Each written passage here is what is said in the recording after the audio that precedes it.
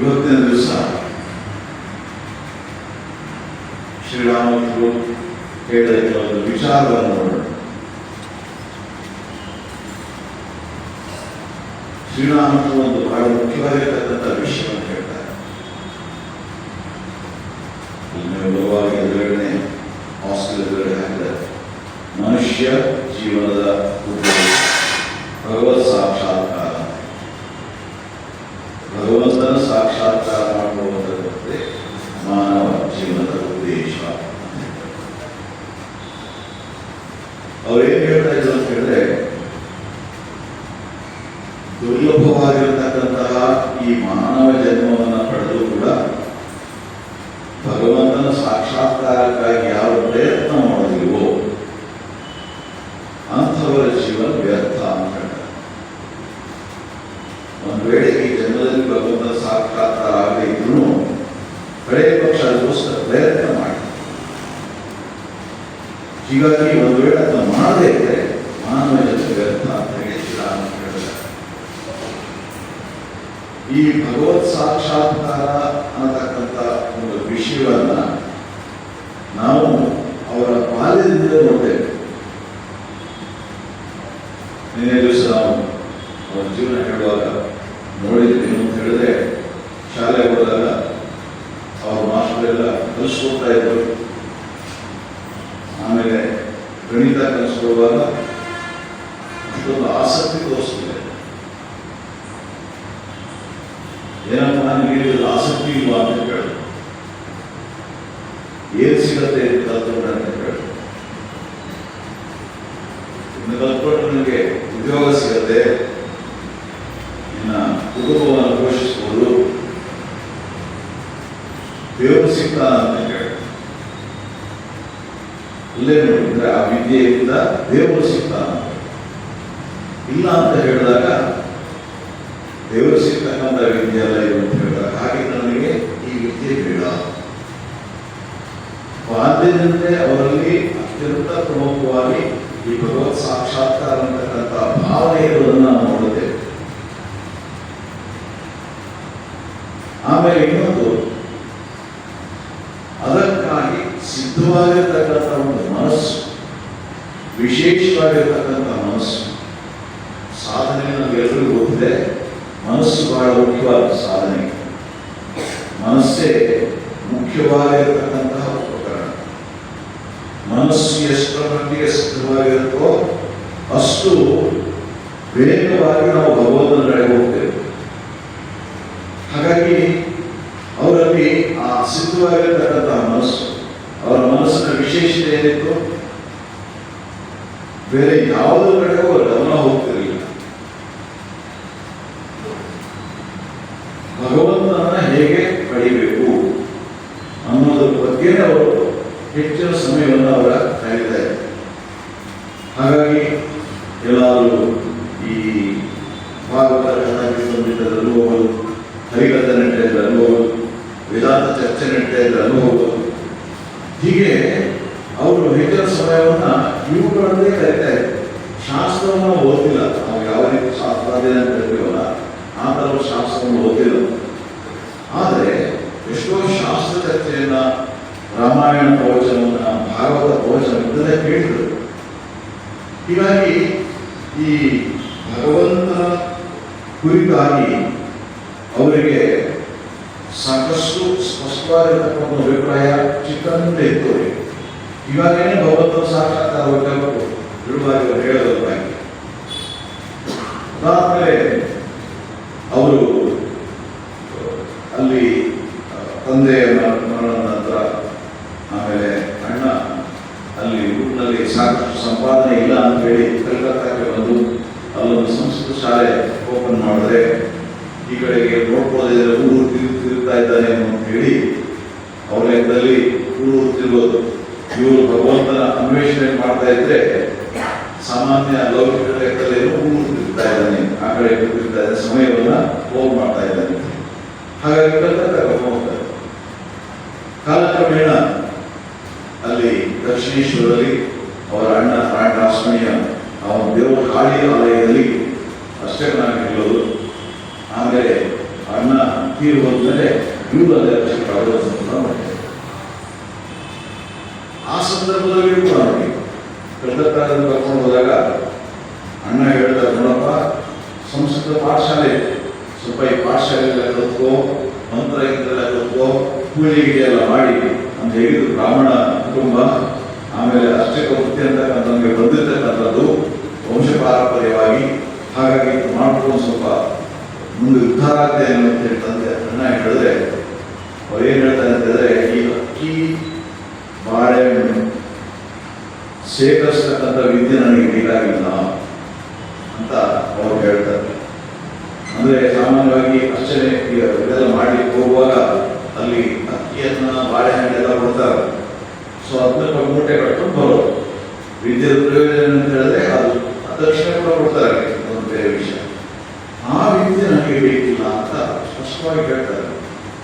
ಕೊನೆಗೆ ಕಾರ್ಯಕಾಲದಲ್ಲಿ ಅರ್ಚನೆ ವಿಷಯ ಬಂದಾಗ ಆಮೇಲೆ ದೇವಿಯ ಅರ್ಚನೆ ಮಾಡಲಿಕ್ಕೆ ಪ್ರಾರಂಭ ಮಾಡ್ತಾರೆ. ಪ್ರಾರಂಭ ಮಾಡ್ತಾ ಮಾಡ್ತಾ ಸಾಮಾನ್ಯರ ಪಾಲಿಗೆ ಆ ದೇವಿಯೊಂದು ಮೂರ್ತಿ ಆದರೆ, ಇವರ ಪಾಲಿಗೆ ಸದಾ ಚೈತನ್ಯಮಯ ಇರತಕ್ಕಂತಹ ಜಗನ್ಮೆ. ಮೊದಲು ಅವರಿಗೆ ಆ ವಿಷಯದ ಸಂದೇಹವಿದ್ದು ವ್ಯಾಕುಲರಾಗಿ ಪ್ರಾರ್ಥನೆಯನ್ನು ಮಾಡ್ತಾ ಕೊನೆಗೆ ಆ ಅರ್ಚಕ ವೃತ್ತಿಯಿಂದಲೇ ಮೂರ್ತಿ ಪೂಜೆಯನ್ನ ಮಾಡ್ತಾ ಮಾಡ್ತಾ ಆ ಜಗನ್ಮಾತೆಯ ದರ್ಶನವನ್ನು ಪಡೆದಿದ್ದಾರೆ. ಪಡೆದ ಮೇಲೆ ಪೂಜೆ ಮಾಡ್ತಕ್ಕಂಥ ವಿಧಾನ ಸಂಪೂರ್ಣವಾಗಿ ಬದಲಾಗುತ್ತೆ. ಪೂಜೆ ಮಾಡ್ತಕ್ಕಂಥ ಉದ್ದೇಶ ಅಂತ ಹೇಳಿದ್ರೆ, ಭಗವಂತ ನಮ್ಮ ಎದುರುಗಡೆ ಇದ್ದಾನೆ, ನಾವು ಮಾಡ್ತಕ್ಕಂಥ ಪೂಜೆಯನ್ನು ಸ್ವೀಕರಿಸ್ತಾನೆ, ನಾವು ಮಾಡ್ತಕ್ಕಂಥ ನೈವೇದ್ಯ ಸ್ವೀಕರಿಸ್ತಾನೆ. ಈ ದೃಷ್ಟಿಯಲ್ಲಿ ಪೂಜೆಯನ್ನು ಮಾಡಬೇಕು. ಹಾಗಾಗಿ ಪೂಜೆಗೆ ಒಂದು ಪೂಜಾ ವಿಧಿ ಅಂತ ಹೇಳಿ ಮಾಡಿಟ್ಟಿದ್ದಾರೆ. ಆದರೆ ನಾವೇನ್ ಮಾಡ್ತೀವಿ ಅಂತ ಹೇಳಿದ್ರೆ ಆ ಭಾವನೆ ಬರೋದಿಲ್ಲ. ಹಾಗಾಗಿ ವಿಧಿಗೆ ಬಹಳ ಪ್ರಾಮುಖ್ಯತೆ ಕೊಡ್ತೇವೆ. ಮಂತ್ರ ಸರಿಯಾಗಿ ಹೇಳಬೇಕು, ಆಮೇಲೆ ನೈವೇದ್ಯಕ್ಕೆ ಇಷ್ಟಿಷ್ಟು ಐಟಮ್ ಇರಬೇಕು, ಪೂಜೆಗೆ ಈ ಥರದ ಹೂ ಇರಬೇಕು. ಇದ್ರ ಕಡೆನೇ ಹೆಚ್ಚಿಗೆ ಗಮನ ಹೋಗ್ತೇವೆ ಹೊತ್ತು ಭಕ್ತಿ ಶ್ರದ್ಧೆಗೆ ಹೋಗೋದಿಲ್ಲ. ಅವರು ಇದನ್ನೇ ಹೆಚ್ಚಿಗೆ ಗಮನ ಕೊಡ್ತಿರ್ಲಿಲ್ಲ. ಅದರ ಬದಲು ಆ ಅಮ್ಮ ಎದುರುಗಡೆ ಕೂತ್ಕೊಂಡಿದ್ದಾರೆ. ಅಮ್ಮ ಅಲ್ಲಿ ಕೂತ್ಕೊಂಡಿದ್ದ ಜಗದಂಬೆ ಅವನು ಹೇಗೆ ಪೂಜೆ ಮಾಡೋದು? ಪ್ರೇಮದಿಂದ ಮಾಡಬೇಕು, ಭಕ್ತಿಯಿಂದ ಮಾಡಬೇಕು. ಭಕ್ತಿ ಅಂತ ಹೇಳಿದ್ರೆ ಪ್ರೇಮ. ಈಗ ಪ್ರೇಮ ಅಂತ ಹೇಳಿದ್ರೆ ಯಾವ ತರ ಇರುತ್ತೆ? ನಮಗೆ ನಮ್ಮ ಜೀವನದಲ್ಲಿ ಬಹಳ ಮುಖ್ಯವಾಗಿ ಬೇಕಾಗಿರ್ತಕ್ಕಂಥವ್ರು ಯಾರು ಬಂದ್ರೆ ನಮ್ಮ ಜೊತೆಗೆ ಇದ್ದವ್ರು ಹೇಗೆ ನೋಡ್ಕೊಳ್ತೀವಿ ನಾವು? ಆ ತರ ಜಗನ್ಮಾತೆಯನ್ನು ನೋಡ್ಕೊಳ್ತಾ ಇದ್ದಾರೆ. ಆ ತಾಯಿಗಾಗಿ ಹಾಡು ಹೇಳೋದು, ಆ ತಾಯಿಗಾಗಿ ರತ್ನ ಮಾಡೋದು, ಮಲಗಿಸ್ಲಿಕ್ಕೆ ಕಳಿಸೋದನ್ನ, ಆಮೇಲೆ ಆ ತಾಯಿ ಮಗುವಿನ ಜೊತೆಗೆ ಹೇಳ್ತದಲ್ಲ, ಮಕ್ಕಳು ಮಾಡ್ತಾರೆ, ನೀನು ಮಲಗು ನನ್ನ ಜೊತೆಗೆ ಅಂತ ಹೇಳಿ, ಓ ನಾನು ಮಲಗಬೇಕು ನನ್ನ ಜೊತೆಗೆ ಅಂತ ಹೇಳಿ ಆ ತಾಯಿಯ ಬಲದ ಮೇಲೆ ಹೋಗಿ ಮಲ್ಕೊಳ್ಳೋದು ಎಲ್ಲವನ್ನ ನಾವು ನೋಡ್ತೀವಿ. ಅಂದ್ರೆ ಒಂದು ಆತ್ಮೀಯವಾಗಿರ್ತಕ್ಕಂಥ ಸಂಬಂಧ ಆ ಭಗವಂತನ ತಾಯಿಯ ಜೊತೆಗೆ. ಸಾಮಾನ್ಯವಾಗಿ ಆ ಕಾಳಿ ಮಾತೆಯನ್ನ ವಿಗ್ರಹವನ್ನು ನೋಡಿದ್ರೆ ಸಾಮಾನ್ಯ ಜನರಿಗೆ ಭಯ ಬರುತ್ತದೆ. ಕೈಯಲ್ಲಿ ಕತ್ತಿ, ನಾಲಿಗೆ ಚಾಚ್ಕೊಂಡ ತಾಯಿ, ಉಗ್ರವಾಗಿರ್ತಕ್ಕಂತಹ ರೂಪ. ಆದರೆ ಇವರಿಗೆ ಚಿನ್ಮಯಿ ಜಗನ್ಮಾತೆ ಆನಂದಮಯಿ, ಆನಂದಮಯಿ ಅಂತ ಹೇಳ್ತಾರೆ ತಾಯಿ.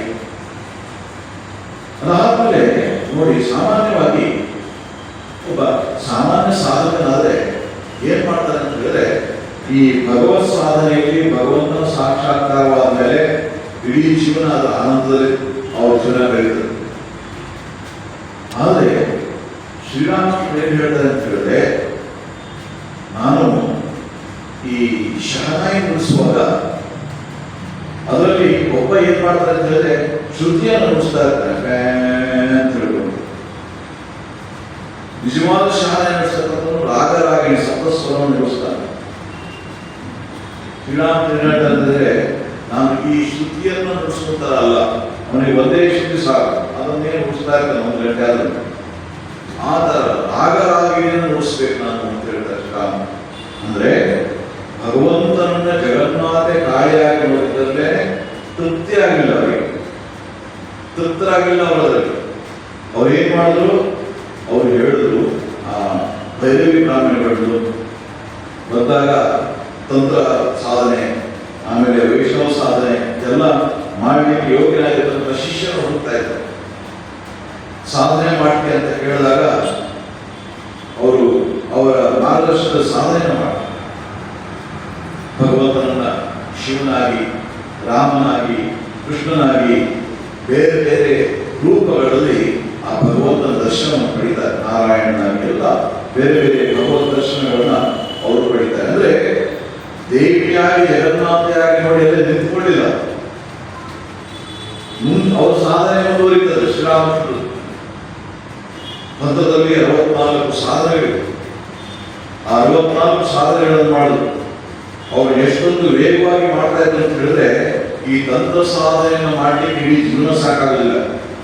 ಎಷ್ಟೋ ಜನರಿಗೆ, ಎಷ್ಟೋ ಜನ ಸಾಧಕರಿಗೆ ಇವರು 64 ಸಾಧನೆಗಳಲ್ಲಿ ಪ್ರತಿ ದಿವಸ ಒಂದು ಸಾಧನೆಯನ್ನು ಮಾಡಿ ಮುಗಿಸ್ತಾ ಇದ್ರು ಅಂತ ಹೇಳಿದ್ರೆ ಅದು ಸಿದ್ಧಿಯನ್ನು ಪಡಿತಾ ಇದ್ರು. ಮುಗಿಸೋದು ಅಂತ ಹೇಳಿದ್ರೆ ನಂಬ್ತಾರಲ್ಲ, ನಾವು ಯಾವ್ದಾದ್ರು ಪುಸ್ತಕ ಕೊಟ್ರೆ ಓದ್ಬಿಟ್ಟಿದ್ದೇನೆ ಅಂತ ಹೇಳ್ತೀವಿ. ನಾವು ಅದನ್ನ ಓದ್ತೀವಿ, ನಾವು ಆಮೇಲೆ ಬಿಟ್ಟಿರ್ತೀವಿ. ಏನಂದ್ರೆ ಮನಸ್ಸೊಳಗಡೆ ಹೋಗಿರೋದು ಅವ್ರು ಆದಾಗ ಸಿದ್ಧಿಯನ್ನ ಪಡೆದು ಆ ಸಾಧನೆಗೆ ಆ ರಾಮನನ್ನ ಆರಾಧನೆ ಮಾಡ್ತಕ್ಕಂಥ ಈ ದಾಸ್ಯ ಭಾವದ ಒಂದು ಸಾಧನೆಯನ್ನು ಮಾಡ್ತಾರೆ. ಹನುಮಂತನ ಸೀತಾಮಾತೆಯ ದರ್ಶನ ಪಡಿತಾರೆ, ಶ್ರೀರಾಮನ ದರ್ಶನ ಪಡಿತಾರೆ. ಅದ್ಭುತವಾಗಿರ್ತಕ್ಕಂಥ ಒಂದು ಸಾಧನೆ ಇದು. ಹೀಗಾಗಿ ಎಲ್ಲ ರೂಪಗಳನ್ನ, ಭಗವಂತನ ಎಲ್ಲ ರೂಪಗಳನ್ನ ಭಗವಂತನ ದರ್ಶನವನ್ನು ಮಾಡಿ ಅದಾದ್ಮೇಲೆ ವೇದಾಂತ ಸಾಧನೆ ಕೂಡ ಮಾಡ್ತಾರೆ. ವೇದಾಂತ ಸಾಧನೆಗೇನು, ಇಷ್ಟೆಲ್ಲ ಭಗವಂತನ ಆಕಾರಗಳನ್ನು ನೋಡಿದ ಮೇಲೆ ವೇದಾಂತ ಸಾಧನೆಯಲ್ಲಿ ಭಗವಂತನ ನಿರಾಕಾರ ಅಂತೇಳಿ ಆರಾಧನೆ ಮಾಡ್ತಾರೆ. ನಮ್ಮ ಸನಾತನ ಧರ್ಮದ ವೈಶಿಷ್ಟ್ಯ ಏಕಂ ಸತ್ ವಿಪ್ರಾವಧಾವನ, ಸತ್ಯ ಒಂದೇ, ಅದನ್ನ ಬೇರೆ ಬೇರೆ ರೀತಿಯಲ್ಲಿ ಬೇರೆ ಬೇರೆ ಕರೀತಾರೆ. ಹೀಗಾಗಿ ಆ ನಿರ್ವಿಕಾರನಾಗಿರ್ತಕ್ಕಂತಹ, ನಿರಾಕಾರನಾಗಿರ್ತಕ್ಕಂತಹ, ನಿರ್ಗುಣನಾಗಿರ್ತಕ್ಕಂತಹ ಆ ಪರಬ್ರಹ್ಮನ ದರ್ಶನ, ನಿರ್ವಿಕಲ್ಪ ಸಮಾಧಿಯ ಅನುಭವವನ್ನು ಕೂಡ ಪಡಿತಾರೆ ತೋತಾಪುರಿ ಮಹಾರಾಜ ಮಾರ್ಗದರ್ಶನದಲ್ಲಿ. ಮನಸ್ಸು ಎಷ್ಟೊಂದು ಸಿದ್ಧವಾಗಿತ್ತು ಅಂತ ಹೇಳಿದ್ರೆ, ಆ ಯಾವ ಸಾಧನೆಗೆ 40 ವರ್ಷ ಅವರ ಗುರುವಿಗೆ ತಗೊಂಡಿದ್ದೋ ಅದನ್ನ ಶಿಷ್ಯ 3 ದಿನದಲ್ಲಿ ಆ ಸಾಧನೆಯನ್ನು ಮಾಡ್ತಾರೆ ಶ್ರೀರಾಮ. ಹೀಗಾಗಿ ಅವರು ಅದಲ್ಲದೆ ಹೊರಗಡೆಯಿಂದ ಬಂದಿರತಕ್ಕಂತಹ ಧರ್ಮ ಪದ್ಧತಿ, ಇಸ್ಲಾಂ ಮತ್ತು ಕ್ರೈಸ್ತ, ಈ 2 ಪದ್ಧತಿಗಳು ಕೂಡ ಸಾಧನೆಯನ್ನು ಮಾಡಿ ಅದರ ಅನುಭವವನ್ನು ಕೂಡ ಪಡಿತಾರೆ. ಹೀಗಾಗಿ ಒಮ್ಮ ಅನುಭವದಿಂದ, ನಾವು ಶಾಸ್ತ್ರದಲ್ಲಿ ಬರೆದಿರ್ತಕ್ಕಂಥದ್ದಲ್ಲ, ಸ್ವ ಅನುಭವದಿಂದ ಭಗವಂತನ ಬಗ್ಗೆ ಕರಾರುವಾಕ್ಕಾಗಿ ಹೇಳಲಿಕ್ಕೆ ಶ್ರೀರಾಮಕೃಷ್ಣರು ಯೋಗ್ಯರಾಗಿದ್ದಾರೆ. ಒಂದು ವಿಷಯ ಅವ್ರೇನು ಹೇಳ್ತಾರೆ ಅಂತ ಹೇಳಿದ್ರೆ, ಭಗವಂತನನ್ನ ಇದಕ್ಕಿಂತ ಇದೇ ತರ ಅಂತ ಹೇಳಲಿಕ್ಕೆ ಸಾಧ್ಯ. ಭಗವಂತನಿಗೆ ಯಾವುದೇ ರೀತಿಯ ಮಿತಿ ಇಲ್ಲ. ಅವರನ್ನ ಭೇಟಿ ಮಾಡಲಿಕ್ಕೆ ಬಂದಂತಹ ಮಹೇಂದ್ರನಾಥ್ ಗುಪ್ತ ಬಂದಾಗ ಶ್ರೀರಾಮಕೃಷ್ಣರು ಅವರನ್ನು ಕೇಳ್ತಾರೆ. ಆ ಕಾಲದಲ್ಲಿ ಈ ಬ್ರಹ್ಮ ಸಮಾಜಸ್ಥರು ಭಗವಂತನ ನಿರಾಕಾರ ಅಂತ ಹೇಳಿ ನಿರಾಕಾರ ಆರಾಧನೆ ಮಾಡ್ತಾ ಇದ್ರು. ಆಮೇಲೆ ಬೇರೆಯವರು ಯಾರು ಸನಾತನ ಧರ್ಮವನ್ನು ಅನುಸರಣೆ ಮಾಡ್ತಾ ಇದ್ರು ಅವರೆಲ್ಲರೂ ಭಗವಂತನ ಸಾಕಾರವಾಗಿ ಇದು ಮಾಡ್ತಾ ಇದ್ರು. ಎಲ್ಲ ಜನ ಎಲ್ಲ ಚರ್ಚೆ ಮಾಡ್ತಾ ಇದ್ರು, ಜೋರಾಗಿ ಚರ್ಚೆ ಮಾಡ್ತಕ್ಕಂಥ ಯಾರಿಗೂ ನಿಜವಾಗಿ ಅದನ್ನು ಆ ಒಂದು ಅನುಭವ ಇರಲಿಲ್ಲ. ಹಾಗಾಗಿ ಬಂದವರೆಲ್ಲ ಶ್ರೀರಾಮಕೃಷ್ಣ ಅಂತ ಹೇಳಿದ್ರೆ ಆ ಸಮಯದಲ್ಲಿ ಕಲ್ಕತ್ತಾದಲ್ಲಿ ಪ್ರಸಿದ್ಧರಾಗಿದ್ದಾರೆ. ಭಗವಂತನ ಸಾಕ್ಷಾತ್ಕಾರ ಮಾಡ್ಕೊಂಡಂಥವರು, ನಿರ್ವಿಕಲ್ಪ ಸಮಾಧಿಯನ್ನು ಅನುಭವಿಸೋರು, ಪರಮಹಂಸರು, ಮೂರ್ತು ಸಮಾಧಿಗೆ ಹೋಗ್ತಾರೆ. ಹೀಗಾಗಿ ಎಷ್ಟೋ ಜನ ಭಗವಂತನ ಬಗ್ಗೆ ತಿಳುವಳಿಕೆ ಹೊರತು ಬರ್ತಾ ಇದ್ದಾರೆ. ಬಂದಾಗ ಅವರು ಕೇಳ್ತಾ ಇರ್ತಕ್ಕಂಥ ಒಂದು ಪ್ರಶ್ನೆ ಏನು ಅಂತ ಹೇಳಿದ್ರೆ, ಮಹಾಶಯ ಭಗವಂತನು ಸಾಕಾರನೋ ನಿರಾಕಾರನೋ ಅಂತ. ಭಗವಂತನು ಸಾಕಾರನೋ ನಿರಾಕಾರ, ಅದೇ ಪ್ರಶ್ನೆಯನ್ನ ಮಾಸ್ಟರ್ ಮಹಾಶಯ ಅಂತ ಕೇಳ್ತಾರೆ ಶ್ರೀರಾಮಕೃಷ್ಣರು. 2 ದಿನ ಅವರು ಮಾಸ್ಟರ್ ಶ್ರೀರಾಮಕೃಷ್ಣ ಭೇಟಿ ಮಾಡಿ ಬಂದಾಗ, ನಿನಗೆ ಸಾಕಾರದಲ್ಲಿ ವಿಶ್ವಾಸವೋ ನಿರಾಕಾರದಲ್ಲಿ ವಿಶ್ವಾಸವೋ ಅಂತ ಕೇಳ್ತಾರೆ. ಆಗ ಅವನು ಹೇಳ್ತಾನೆ, ನನಗೆ ನಿರಾಕಾರದಲ್ಲಿ ವಿಶ್ವಾಸ ಅಂತೇಳಿ. ಆದರೆ ಸಾಕಾರ ತಪ್ಪು ಅಂತ ಹೇಳ್ಬೇಡ, ನಿರಾಕಾರದ ವಿಶ್ವಾಸಗಳು, ಆದರೆ ಸಾಕಾರ ತಪ್ಪು ಅಂತ ಹೇಳ್ಬೇಡ. ಸಾಕಾರ ಅಂತ ಹೇಳಿದ್ರೆ ಭಗವಂತನ ಆಕಾರ, ನಿರಾಕಾರ ಅಂತ ಹೇಳಿದ್ರೆ ಅದಕ್ಕೆ ವಿರುದ್ಧವಾಗಿರ್ತಕ್ಕಂಥದ್ದು. ಅವನಿಗೆ ಸ್ವಲ್ಪ ಇದಾಗಿದೆ, ಯಾಕಂತ ಹೇಳಿದ್ರೆ ಅವನಿಗೆ ಈ ತರ್ಕ ಇದನ್ನೆಲ್ಲ ಓದಿರ್ತಕ್ಕಂಥದ್ದು ಮಾಸ್ಟರ್ ಕಲ್ಕತ್ತಾ ಯೂನಿವರ್ಸಿಟಿ ಗ್ರಾಜ್ಯುಯೇಟ್ ಅವನು. ಹೀಗಾಗಿ ಎರಡು ಒಟ್ಟಿಗೆ ಹೆಂಗಾಗುತ್ತೆ ಇದು ಅಂತ ಹೇಳಿ ಸಂದೇಹ ಅದ್ರ ಕೇಳಲಿಕ್ಕೆ ಹೋಗಿಲ್ಲ. ಶ್ರೀರಾಮಕೃಷ್ಣ ಅವರಿಗೆ ಏನ್ ಹೇಳ್ತಾರೆ, ಈ ಸಾಕಾರವನ್ನು ತಪ್ಪು ಅಂತ ಹೇಳಕ್ ಹೋಗಬೇಡ. ಮಾಸ್ಟರ್ ಒಂದು ಪ್ರಶ್ನೆ ಶ್ರೀರಾಮಕೃಷ್ಣ ಹೇಳ್ತಾರೆ, ಆದ್ರೆ ಮಹಾಶಯರೇ ಈ ಜನ ಮೂರ್ತಿ ಪೂಜೆಯನ್ನು ಮಾಡ್ತಾರಲ್ಲ, ಮಣ್ಣಿನ ಮೂರ್ತಿ ಕಲ್ಲಿನ ಮೂರ್ತಿ ಎಲ್ಲ ಪೂಜೆ ಮಾಡ್ತಾರಲ್ಲ, ಅವರಿಗೆ ನಾವು ಹೇಳ್ಬೇಡ್ವೆ ಅದು ಭಗವಂತನಲ್ಲ ಅಂತ ಹೇಳಿ ಅವ್ರಿಗೆ ನಾವು ತಿಳಿಸ್ಬೇಡ್ವೆ. ಶ್ರೀರಾಮಕೃಷ್ಣರು ಬೈತಾರೆ ಅವರು. ಕಲ್ಕತ್ತಾ ವಾಸಿಗಳಿಗೆ ಇದೇ ಒಂದು ಲೆಕ್ಚರ್ ಕೊಡೋದು. ಅವನಿಗೆ ಮಲ್ಕೊಳ್ಳಿಕ್ಕೆ ಆಗ ಇಲ್ಲಂತೆ, ಪಕ್ಕದ ಮನೆ ಬಾ ನೀನು ಬಾ ಮಲ್ಕೋ ಅಂತ ಹೇಳ್ತಾ ಇದ್ದಾನೆ. ಅವನಿಗೆ ಮಲ್ಕೊಳ್ಳಿಕ್ಕೆ ಆಗ ಇಲ್ಲ, ಪಕ್ಕದ ಮನೆ ಕರಿತಾ ಇದ್ದಾನೆ ಮಲ್ಕೊಳ್ಳಿಕ್ಕೆ ಜೊತೆಗೆ. ಶ್ರೀರಾಮ ಹೇಳಿದ್ರು, ಭಗವಂತನ ಬಗ್ಗೆ ನಿನಗೆ ಗೊತ್ತಿಲ್ಲ, ನೀನು ಮತ್ತು ಅದ್ರ ಬಗ್ಗೆ ತಿಳಿಸ್ಕೊಟ್ಟಿಗೆ ಹೋಗ್ತಾ ಇದೆಯಾ? ಶ್ರೀರಾಮ ಹೇಳ್ತಾರೆ, ನೋಡು ಪೂಜಾ ಪದ್ಧತಿಗಳು ಏನೆಲ್ಲ ಇವೆಯೋ ಅವೆಲ್ಲ ಭಗವಂತನೇ ಮಾಡಿಕೊಟ್ಟಿದ್ದು. ಯಾರ್ಯಾರಿಗೆ ಯಾವ್ಯಾವ ಪದ್ಧತಿ ಅನುಭವವಾಗುತ್ತೋ ಅವರು ಅದರಲ್ಲಿ ಅದನ್ನ ಅನುಸರಣೆ ಮಾಡ್ತಾರೆ. ಹಾಗಾಗಿ ನಿನಗೆ ನಿರಾಕಾರದಲ್ಲಿ ವಿಶ್ವಾಸ ಇಟ್ಟರೆ ನಿರಾಕಾರದ ಆರಾಧನೆ ಮಾಡಿ, ಸಾಕಾರದ ವಿಶ್ವಾಸ ಇರ್ತಕ್ಕಂಥದ್ದು ಅವರಿಗೆ ಅವರು ಪೂಜೆ ಮಾಡಿ ಬಿಡುದು. ಇದನ್ನ ಶ್ರೀರಾಮಕೃಷ್ಣ ಎಲ್ಲರಿಗೂ ಹೇಳ್ತಾರೆ. ಈಗ ನೋಡಿ, ನಮ್ಮ ಸನಾತನ ಧರ್ಮದಲ್ಲಿ ಭಗವಂತನ ಪರಬ್ರಹ್ಮ ವಸ್ತು ಅಂತ ಹೇಳ್ತಾರೆ. ಶ್ರೀರಾಮಕೃಷ್ಣ ಬಗ್ಗೆ ಹೇಳ್ತಾ ಸ್ವಾಮಿ ವಿವೇಕಾನಂದ ಏನ್ ಹೇಳ್ತಾರೆ, ಶಕ್ತಿ ಸಮುದ್ರ ತರಂಗಂ ಅಂತೆ. ಶಕ್ತಿ ಅಂತಕ್ಕಂತಹ ಸಮುದ್ರ, ಆ ಪರಬ್ರಹ್ಮ ವಸ್ತು ಅಂತಕ್ಕಂಥದ್ದು ಸಮುದ್ರವಾದ್ರೆ ಆ ಸಮುದ್ರದಿಂದ ಬಂದಿರತಕ್ಕಂಥ ಒಂದು ದೊಡ್ಡ ತರಂಗ ಶ್ರೀರಾಮಕೃಷ್ಣರು ಅಂತ ಹೇಳ್ತಾರೆ. ಶ್ರೀರಾಮಕೃಷ್ಣ ಆ ಶಕ್ತಿ, ಈ ತರದ ಎಷ್ಟೋ ತರಂಗಗಳು ಬಂದು ಹೋಗಿವೆ. ಅಂಥದ್ದೊಂದು ತರಂಗ ಶ್ರೀರಾಮಕೃಷ್ಣರು ಏನು ಸೂಚಿಸ್ತಾರೆ, ಅವರ ಅವತಾರ ಪುರುಷರು ಸೂಚಿಸ್ತಾರೆ. ಹೀಗಾಗಿ ಆ ಪರಬ್ರಹ್ಮ ಅಂತಕ್ಕಂಥದ್ದು ಮೂಲ ಶಕ್ತಿ, ಆಧಾರ ಪ್ರತಿಯೊಂದಕ್ಕೂ ಕೂಡ. ಮೂಲ ರೂಪದಲ್ಲಿ ನಿರ್ಗುಣ ನಿರಾಕಾರ. ಆದರೆ ಅದೇ ಪರಬ್ರಹ್ಮ ಸೃಷ್ಟಿ ಮಾಡಲಿಕ್ಕೆ ಪ್ರಾರಂಭ ಮಾಡಿದ್ರೆ ಈಶ್ವರನಾಗ್ತಾನೆ, ಅಲ್ಲಿಂದ ಪ್ರಕೃತಿ ಬರುತ್ತೆ. ಏತಸ್ಮಾತ್ ಆತ್ಮನ ಆಕಾಶ ಸಂಭೂತ ಆಕಾಶಾತ್ ವಾಯು ವಾಯುವರ್ಗ ಕೃಷ್ಣ ಹೇಳ್ತದೆ. ಈ ಆತ್ಮ, ಆ ಪರಮಾತ್ಮ ಪರಬ್ರಹ್ಮ, ಅವನಿಂದಲೇ ಹಂತ ಹಂತವಾಗಿ ಆ ಪರಬ್ರಹ್ಮನಿಂದ ನಂತರ ಈಶ್ವರ, ಅದಾದ್ಮೇಲೆ ಈ ಪ್ರಕೃತಿ, ಅದೆಲ್ಲ ಹಂತ ಹಂತವಾಗಿ ಬರುತ್ತೆ. ಪ್ರತಿ ಏಕಾದಶಿ ದಿವಸ ಶ್ರೀರಾಮನಾಮ ಸಂಕೀರ್ತನೆ ಮಾಡ್ತೇವೆ. ರಾಮನಾಮ ಸಂಕೀರ್ತನೆಯಲ್ಲಿ ಮೊದಲನೇದೇನೋ ಶುದ್ಧ ಬ್ರಹ್ಮ ಪರಾತ್ಪರ ಕಾಲಾತ್ಮಕ ಪರಮೇಶ್ವರ. ಅವನು ಶುದ್ಧವಾಗಿರುವಾಗ ಪರಾತ್ಪರ ಪರಬ್ರಹ್ಮ, ಅವನಿಗೆ ಕಾಲವು ಅವನಿಗೆ ಬಾಧಿತವಾಗುವುದಿಲ್ಲ, ಕಾಲದಿಂದ ಬಾಧಿತವಾಗುವುದಿಲ್ಲ, ಯಾವುದೇ ಕರ್ಮದಿಂದ ಕೂಡ ಬಾಧಿತವಾಗುವುದಿಲ್ಲ, ದೇಶ ಅದರಿಂದ ಕೂಡ ಬಾಧಿತನಾಗಿರ್ತಕ್ಕಂಥ, ದೇಶ ಕಾಲ ನಿಮಿತ್ತದಿಂದ ಅತೀತನಾಗಿರ್ತಕ್ಕಂಥ ಪರಬ್ರಹ್ಮ. ಅಂತಹ ಪರಬ್ರಹ್ಮ ಸೃಷ್ಟಿ ಕಾರ್ಯವನ್ನು ಮಾಡಲಿಕ್ಕೋಸ್ಕರ ಕಾಲ ಬಾಧಿತನಾಗಿ, ಕಾಲ ಅಂತ ಹೇಳಿದ್ರೆ ಈ ಈಶ್ವರ ಅವರಿಗೆ ಯುಗ ಅಂತ ಹೇಳಿದೆ, ಇಷ್ಟು ಯುಗಕ್ಕೆ ಹೋಗಿ ಈಶ್ವರ ಅಂತ ಹೇಳಿದೆ. ಅದು ಎಷ್ಟೋ ಕೋಟಿ ಗಂಟೆ ವರ್ಷ ಆಗ್ತದೆ, ಆದ್ರೂ ಕಾಲ ಸಮಯ. ಹಾಗಾಗಿ ಶುದ್ಧ ಬ್ರಹ್ಮ ಪರಾತ್ಮನ ಕಾಲಾತ್ಮಕ ಪರಮೇಶ್ವರ. ಅದಾದ್ಮೇಲೆ ಅವನೇ ಶ್ರೀಮದ್ ದಶರಥ ನಂದನ, ಅಲ್ಲಿಂದ ಹಂತ ಹಂತವಾಗಿ ಬಂದು ದಶರಥ ನಂದನಾಗಿ ಬಂದ. ಅಂದ್ರೆ ಅದೇ ಪರಬ್ರಹ್ಮ ವಸ್ತು ದಶರಥ ನಂದನಾಗಿ ಜನಿಸಿ ಬಂದ. ಅದೇ ರೀತಿಯಾಗಿ ಶ್ರೀರಾಮಕೃಷ್ಣ ಕೂಡ ಪರಬ್ರಹ್ಮನ ಬಗ್ಗೆ ಹೇಳ್ತಾ ಇದಮಿತ್ತಂ ಅಂತ ಹೇಳಲಿಕ್ಕೆ ಆಗುವುದಿಲ್ಲ. ಅದ್ಭುತವಾಗಿರ್ತಕ್ಕಂಥದ್ದು ಯಾವದಾರು ಒಂದೇ ಅಂತ ಹೇಳಿಕ್ಕೆ ಆಗುದಿಲ್ಲ. ಭಗವಂತನಿಗೆ ಎಷ್ಟು ರೂಪವಿದೆ ಅಂತ ಹೇಳಿಕ್ಕೆ ಆಗುದಿಲ್ಲ. ಯಾರು ಕೂಡ ಅದನ್ನ ಲಿಮಿಟ್ ಮಾಡುವಂಗಿಲ್ಲ.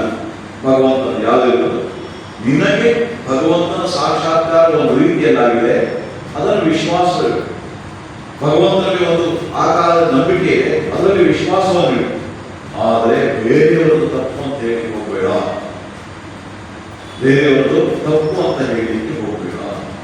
ಭಗವಂತನ ಸಂಬಂಧವಾಗಿ ಶ್ರೀರಾಮಕೃಷ್ಣರು ಬಹಳ ಸ್ಪಷ್ಟವಾಗಿ ಈ ವಿಷಯವನ್ನು ಹೇಳ್ತಾರೆ.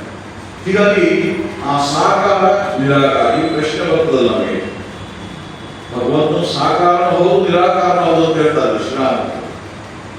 ಅದನ್ನು ಹೇಗೆ ತಿಳಿಸ್ಕೊಡ್ತಾ ಇದ್ರು ನಾವು ನೋಡಿದ್ದೇವೆ. ಅಂದ್ರೆ ಶ್ರೀರಾಮಕೃಷ್ಣರು ಉಪದೇಶವನ್ನು ಮಾಡುವಾಗ ಬಹಳ ಸುಲಭವಾಗಿರ್ತಕ್ಕಂಥ ಉದಾಹರಣೆಗಳ ಮೂಲಕ ನಮಗೆ ತಿಳಿಸ್ಕೊಡ್ತಾ ಇದ್ದಾರೆ. ಆ ಬಂದಂತಹ ಎಷ್ಟೋ ಜನ ಈ ಸಂದೇಹವನ್ನ ವ್ಯಕ್ತಪಡಿಸ್ತಾ ಇದ್ರಲ್ಲ, ಭಗವಂತ ಸಾಕಾರ ನಿರಾಕಾರ ಅಂತ ಹೇಳಿ, ಅದು ಎರಡೂ ಹೌದು ಇದಕ್ಕೆ ಎರಡಕ್ಕೂ ಅತೀತ ಅಂತ ಹೇಳ್ತಾ ಇದ್ರು ಶ್ರೀರಾಮಕೃಷ್ಣರು. ಹೇಗೆ ಎರಡೂ ಹೌದು ಅಂತ ಹೇಳಿದ್ರೆ ಹೇಗೆ? ಶ್ರೀರಾಮ ಹೇಳ್ತಾ ಇದ್ರು, ನೋಡು ಸಮುದ್ರದ ಆಕಾರ ಯಾವುದು?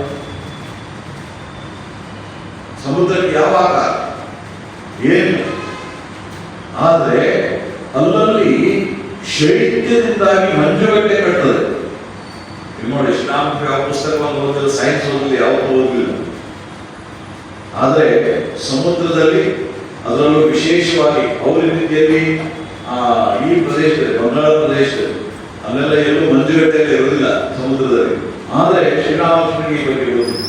ಏನು ಅಲ್ಲಲ್ಲಿ ಶೀತ ಪ್ರದೇಶದಲ್ಲಿ ಏನಾಗುತ್ತೆ ಅಂತ ಹೇಳಿದ್ರೆ ಅದು ಆ ನೀರು ಮಂಜುಗಡ್ಡೆ ಕಟ್ಟುತ್ತದೆ, ಐಸ್. ಆಗ ಐಸಿಗೆ ಒಂದು ರೂಪ ಬರ್ತದೆ, ಅದೇ ನೀರು ರೂಪವನ್ನು ಧರಿಸ್ತದೆ. ಅದೇ ರೀತಿಯಾಗಿ ಪರಮಾತ್ಮ ಏನ್ ಮಾಡ್ತಾನೆ ಅಂತ ಹೇಳಿದ್ರೆ ಅಶುದ್ಧ ಬ್ರಹ್ಮ ನಿರಾಕಾರನಾದನು, ನಿರ್ಗುಣನಾದನು, ಭಕ್ತನ ಭಕ್ತಿಯ ಶೈತ್ಯದಿಂದಾಗಿ ಆಕಾರವನ್ನು ಧರಿಸಿ ಬರ್ತಾನೆ. ಬರೀ ಅಷ್ಟೇ ಅಲ್ಲ, ಭಕ್ತ ಯಾವ ರೀತಿಯಾಗಿ ಪರಮಾತ್ಮನನ್ನು ಪ್ರಾರ್ಥಿಸ್ತಾನೋ ಆ ರೀತಿಯಾಗಿ ಅವನು ಭಕ್ತರಿಗೆ ದರ್ಶನವನ್ನು ಕೊಡ್ತಾನೆ. ಶ್ರೀಕೃಷ್ಣ ಭಗವದ್ಗೀತೆ ಇದೇ ವಿಷಯವನ್ನು ಹೇಳ್ತಾನೆ, ಯೇ ಯಥಾ ಮಾಂ ಪ್ರಪದ್ಯಂತೆ ತಾಂ ತಥೈವ ಭಜಾಮ್ಯಹಂ. ಯಾರು ನನ್ನನ್ನು ಯಾವ ರೀತಿಯಾಗಿ ಆರಾಧನೆ ಮಾಡ್ತಾರೋ ಅವರನ್ನ ಅದೇ ರೀತಿಯಾಗಿ ಅನುಗ್ರಹಿಸ್ತೇನೆ.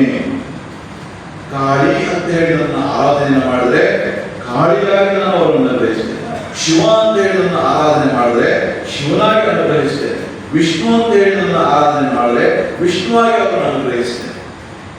ರಾಮ ಕೃಷ್ಣ ಅವತಾರಗಳು ಆ ರೀತಿಯಾಗಿ ಆರಾಧನೆ ಮಾಡಿದ್ರೆ ಅವರನ್ನು ಆ ರೀತಿಯಾಗಿ ನಾನು ಅನುಗ್ರಹಿಸ್ತೇನೆ.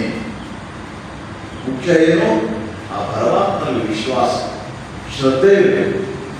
ಯಾವ ಪರಮಾತ್ಮನ ಯಾವ ರೂಪದಲ್ಲಿ ಆರಾಧನೆ ಮಾಡ್ತಾ ಇದ್ರು ಆ ವಿಷಯದಲ್ಲಿ ಶ್ರದ್ಧೆ ಇರಬೇಕು. ಪರಮಾತ್ಮ ಇದ್ದಾನೆ, ನನ್ನನ್ನು ಕಾಪಾಡ್ತಾನೆ ಅಂತಕ್ಕಂಥ ವಿಚಾರದಲ್ಲಿ ವಿಶ್ವಾಸವಿರಬೇಕು ಅಂತ ಹೇಳ್ತಾರೆ. ವಿಶ್ವಾಸವೇ ಮುಖ್ಯ ಅಂತ ಹೇಳ್ತಾರೆ ಶ್ರೀರಾಮ.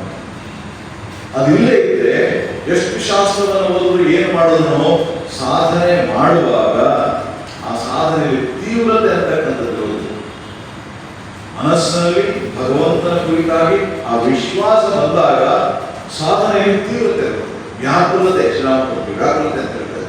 ಆ ವ್ಯಾಕುಲತೆ ಅದಿಲ್ಲೇ ಇದೆ ಬರೋದಿಲ್ಲ.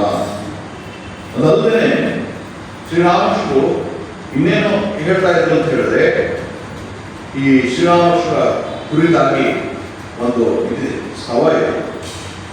ಅದೇನು ಅಂತ ಹೇಳಿದ್ರೆ ಅದರಲ್ಲಿ ಆಕಾರ ಶೂನ್ಯಂ ತ್ರಿಗುಣೈರ್ವಿಹೀನ, ಆಕಾರ ಶೂನ್ಯಂ ತ್ರಿಗುಣೈರ್ವಿಹೀನ ಓಂಕಾರ ವೇದ್ಯಂ ಪರಮಂ ಪವಿತ್ರಂ. ಆ ಪರಬ್ರಹ್ಮ ಯಾವ ರೀತಿಯಾಗಿದೆ ಅಂತ ಹೇಳಿದ್ರೆ ಆಕಾರ ಶೂನ್ಯ, ಆಮೇಲೆ ತ್ರಿಗುಣೈರ್ವಿಹೀನ, ಪ್ರಕೃತಿಯ ಸ್ವಭಾವ ಏನು? ಸತ್ವ ರಜಸ್ಸು ತಮಸ್ಸು ಅಂತಕ್ಕಂಥ ಗುಣ.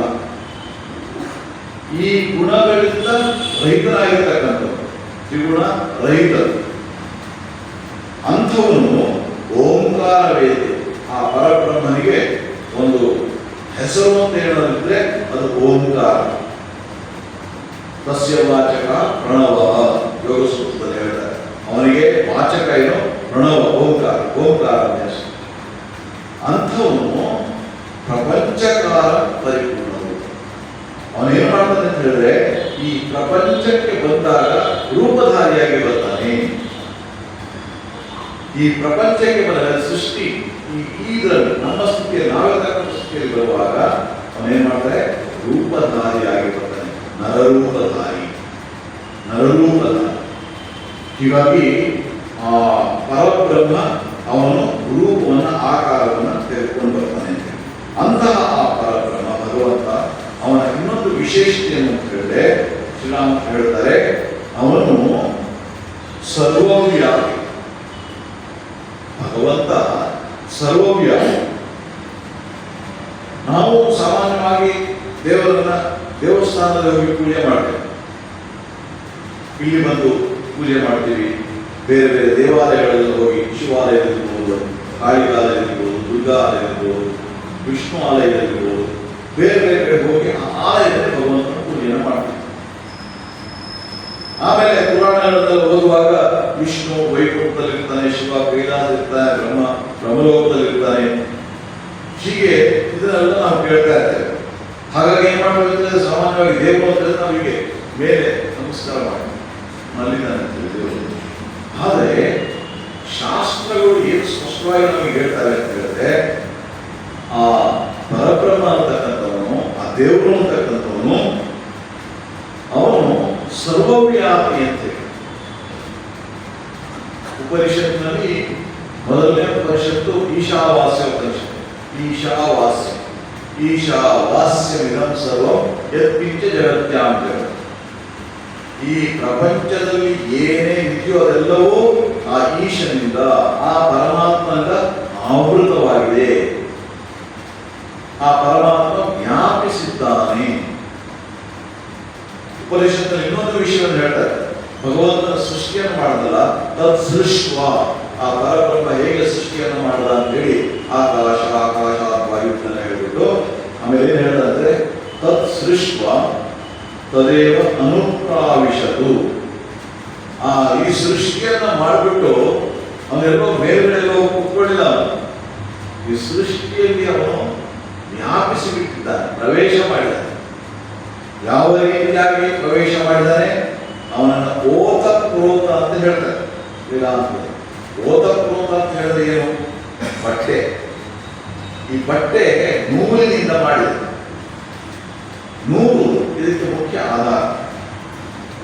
ಈಗ ಆ ನೂಲನ್ನು ಒಂದೊಂದೇ ತೆಗೆದ್ರೆ ಅದು ಹೇಗಿರ್ತದೆ? ಒಂದು ಈ ಕಡೆಯಿಂದ ಹೋಗ್ತದೆ, ಒಂದು ಈ ಕಡೆಯಿಂದ ಹೋಗ್ತದೆ. ಒಂದು ಲೈನ್ ಈ ತರ, ಒಂದು ಲೈನ್ ಈ ತರ. ಹೀಗೆ ಎರಡು ಹೋಗುವಾಗ ಅದು ಬಟ್ಟೆ ಆಗ್ತದೆ. ಒಂದು ಓತ, ಇನ್ನೊಂದು ಪ್ರೋತ. ಈ ಓತ ಮತ್ತು ಪ್ರೋತ ಎರಡು ತೆಗೆದುಬಿಟ್ಟು ಬಟ್ಟೆ ಇರುತ್ತಿಲ್ಲ, ಬರೀ ನೂಲು ಮಾತ್ರ ಉಳ್ಕೊಳ್ಳೋದು. ಅದೇ ರೀತಿಯಾಗಿ ಆ ಪರಮಾತ್ಮ ಕೂಡ ಓತಪ್ರೋತವಾಗಿದ್ದಾನೆ ಈ ಪ್ರಪಂಚದಲ್ಲಿ ಓತಪ್ರೋತವಾಗಿದ್ದಾನೆ. ಶ್ರೀರಾಮಕೃಷ್ಣನ ಯಾರಾದರೂ ಈ ವಿಷಯವಾಗಿ ಕೇಳದೆ ಅವರು ಏನ್ ಹೇಳ್ತಾ ಇದ್ರು ಅಂತಂದ್ರೆ, ನೋಡಪ್ಪ, ಹಾಲಿನಲ್ಲಿ ಬೆಣ್ಣೆ ಇದೆ, ಒಪ್ಕೊಳ್ತೀಯೋ ಇಲ್ವೋ? ಆಗ ಸ್ವಭಾವ ಕೆಲವು ಒಪ್ಕೊಳ್ಳೇಬೇಕು. ಯಾಕೆಂದ್ರೆ ಹಾಲನ್ನು ಮೊಸರು ಮಾಡಿ ನಂತರ ಅದನ್ನ ಕಳೆದು ಅದನ್ನ ಬೆಣ್ಣೆ ತೆಗಿತೇವೆ. ಹಾಗಿದ್ರೆ ಈ ಹಾಲಲ್ಲಿ ಬೆಣ್ಣೆ ತೋರಿಸು, ಎಲ್ಲಿದೆ? ಕಾಣಿಸ್ತದೆ ಹಾಲಿನಲ್ಲಿ ಬೆಣ್ಣೆ? ಅದರಲ್ಲಿ ಸಂಪೂರ್ಣವಾಗಿ ಹಾಲಿನಲ್ಲಿ ವ್ಯಾಪಕವಾಗಿದೆ ಬೆಣ್ಣೆ. ಅದೇ ರೀತಿಯಾಗಿ ಪರಮಾತ್ಮ ಈ ಪ್ರಪಂಚದಲ್ಲಿ ಎಲ್ಲ ಕಡೆಗೂ ವ್ಯಾಪಕನಾಗಿದ್ದಾನೆ. ಹಾಗಿದ್ರೆ ಅವನನ್ನ ಪಡಿಬೇಕಾದ್ರೆ ಏನು? ಸಾಧನೆ ಮಾಡಬೇಕು. ಭಗವಂತನನ್ನ ಸಾಕ್ಷಾತ್ಕಾರ ಮಾಡ್ಕೊಳ್ಬೇಕಾದ್ರೆ ಸಾಧನೆ ಮಾಡಬೇಕು. ಹೇಗೆ ಸಾಧನೆ ಮಾಡಬೇಕು? ಹಾಲಿನಲ್ಲಿ ಬೆಣ್ಣೆ ಇದೆ, ಆ ಬೆಣ್ಣೆಯನ್ನು ತೆಗಿಬೇಕಾದ್ರೆ ಮೊದಲೇನ್ ಮಾಡಬೇಕು? ಹಾಲನ್ನ ಹೆಪ್ಪಿಡಬೇಕು. ಅದು ಏಕಾಂತ ಪ್ರದೇಶದಲ್ಲಿ.